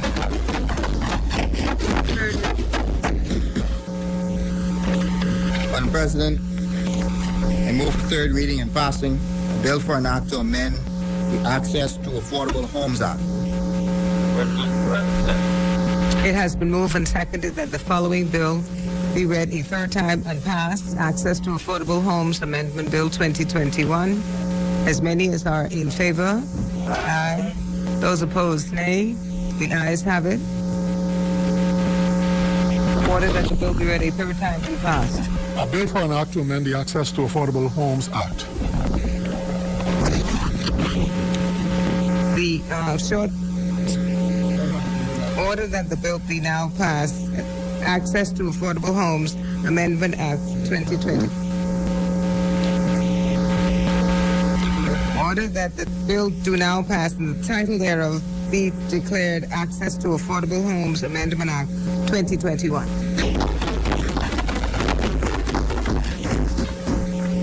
Madam President, I beg leave to move a bill for third reading and passing, a bill for an act to amend the Business License Act. It has been moved and seconded that a bill for an act to amend the Business License Act. A bill for an act to amend the Business License Act be read a third time and passed. All those in favor?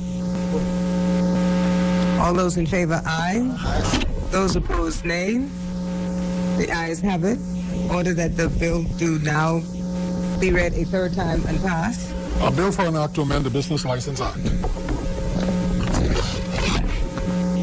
Order that the bill do now pass this and the title be declared a Business License Amendment Act 2021. Madam President, move for third reading and passing a bill for an act to amend the City of Nassau Revitalization Act to extend the duration of the act for an additional 5 years. It has been moved. It has been moved and seconded the following bill be read a third time and passed. A bill for an act to amend the City of Nassau Revitalization Act to extend the duration of the act for an additional 5 years. As many as are in favor, those opposed, nay. The ayes have it. Order that the bill be read a third time and passed. A bill for an act to amend the City of Nassau Revitalization Act to extend the duration of the act for an additional 5 years. Order that the bill do now pass this and the title be declared the City of Nassau Revitalization Amendment Act 2021. Madam President, I beg leave to move for third reading and passing a bill for an act to amend the Customs Management Act. It has been moved, second, that the following bill be read a third time and passed. A bill for an act to amend the Customs Management Act.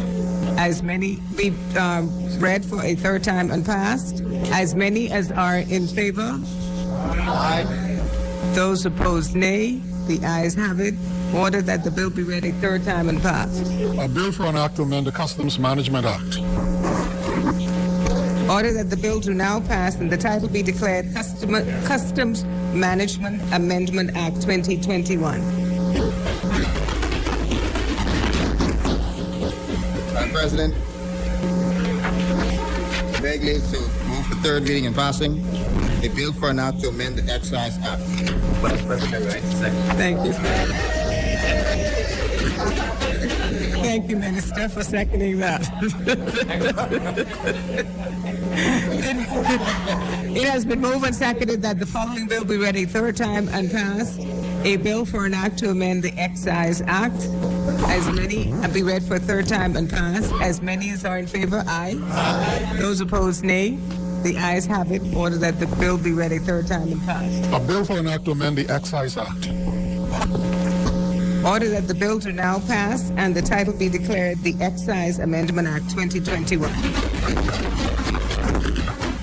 Madam President, Third reading. beg leave to move for third reading and passing a bill for an act to amend the Family Island Development Encouragement Act. Madam President, right? Second.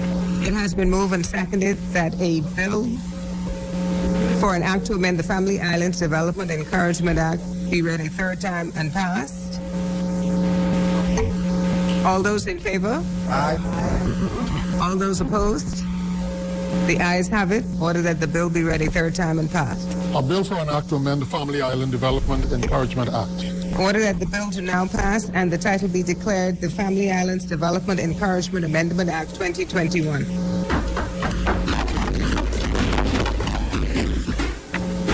Madam President, I beg leave to move for third reading and passing the bill for an act to authorize the provisional credit of value-added tax and business license tax to enable businesses to increase staff employment levels.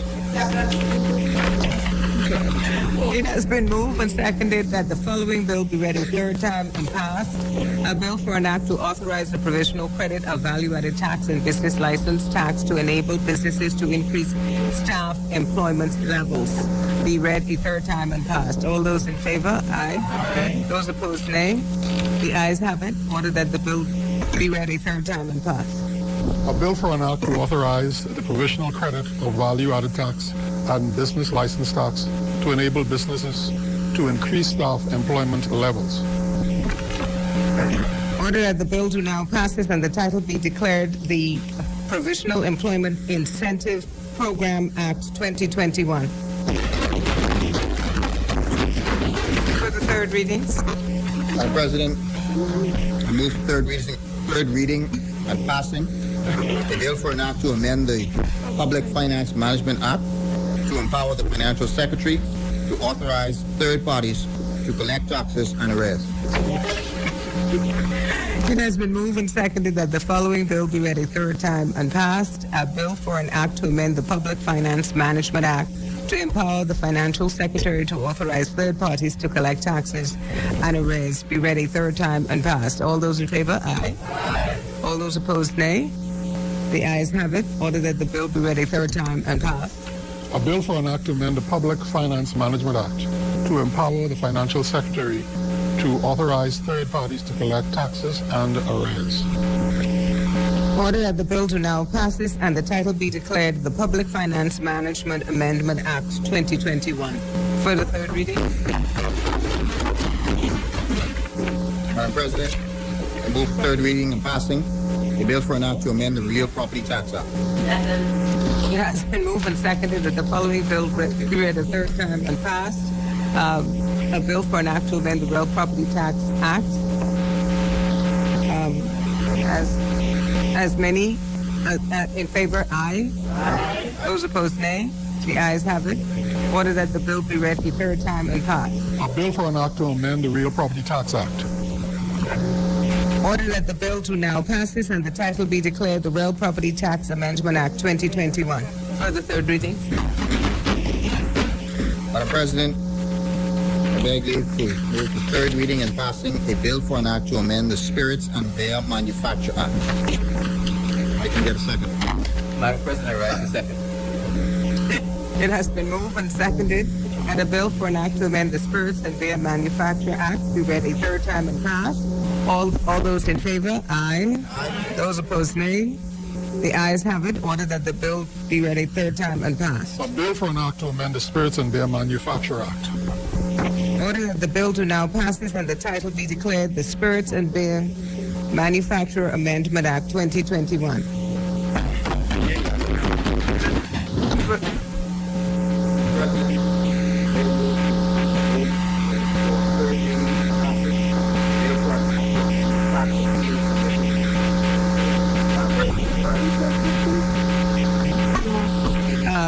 It has been moved and seconded that a bill for an act to amend the Tax Appeal Commission Act be read a third time and passed.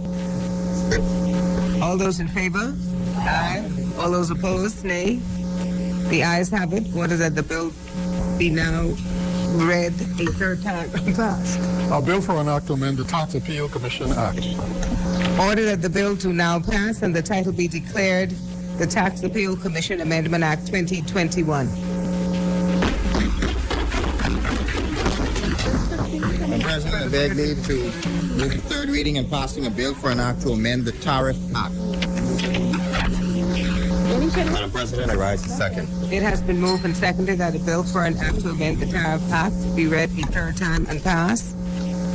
All those in favor? Aye. All those opposed? Nay. The ayes have it. Order that the bill be read a third time and pass. A bill for an act to amend the Tariff Act. Order that the bill to now pass and the title be known as the Tariff Amendment Act 2021. And finally, Madam President, I move for third reading and passing. A bill for an act to amend the Value Added Tax Act. Madam President, I rise officially to second. Second, that a bill for an act to amend the Value Added Tax Act read third time and passed. All those in favor, aye. All those opposed, nay. The ayes have it. Order that the bill be read a third time and passed. A bill for an act to amend the Value Added Tax Act. Order that the bill to now pass and the title be declared to be the Value Added Tax Amendment Act 2021.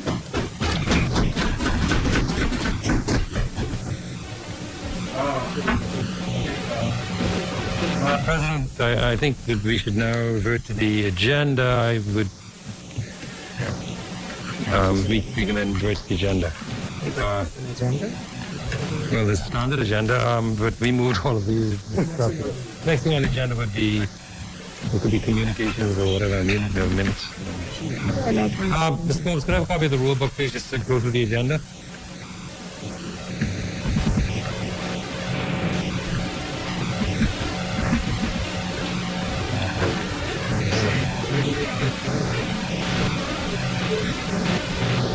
You have one, right?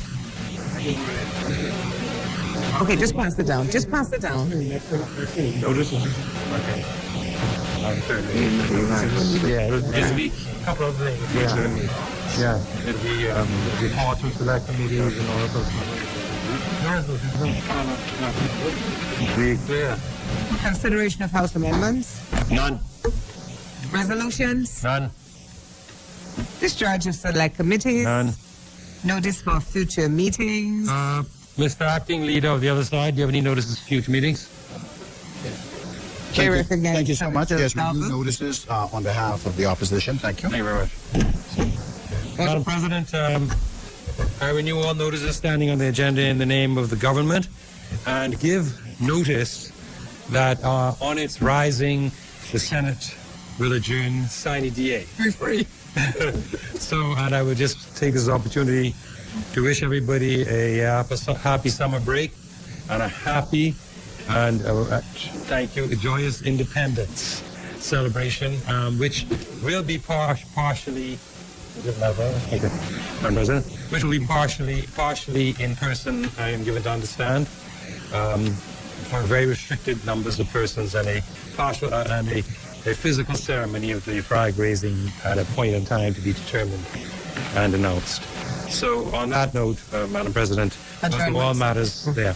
The next item on the agenda is? Adjournment. Thank you, Madam President. Madam President, first of all, let me congratulate everybody, all senators, on the quality of their presentations in this budget debate. Yeah. We had a very healthy exchange of ideas, and we got through a mammoth task, I think, in record time, but with the detail that such a matter determines.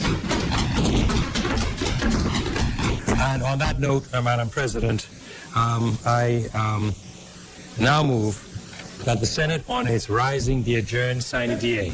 If I may obtain a seconder. It has been moved and seconded that the Senate on its rising be adjourned sine die. As many as are in favor of adjournment, aye. Aye. Those opposed may remain seated in here. The ayes have it. Thank you, Madam President. I now move that the Senate be now adjourned. The Senate is now adjourned.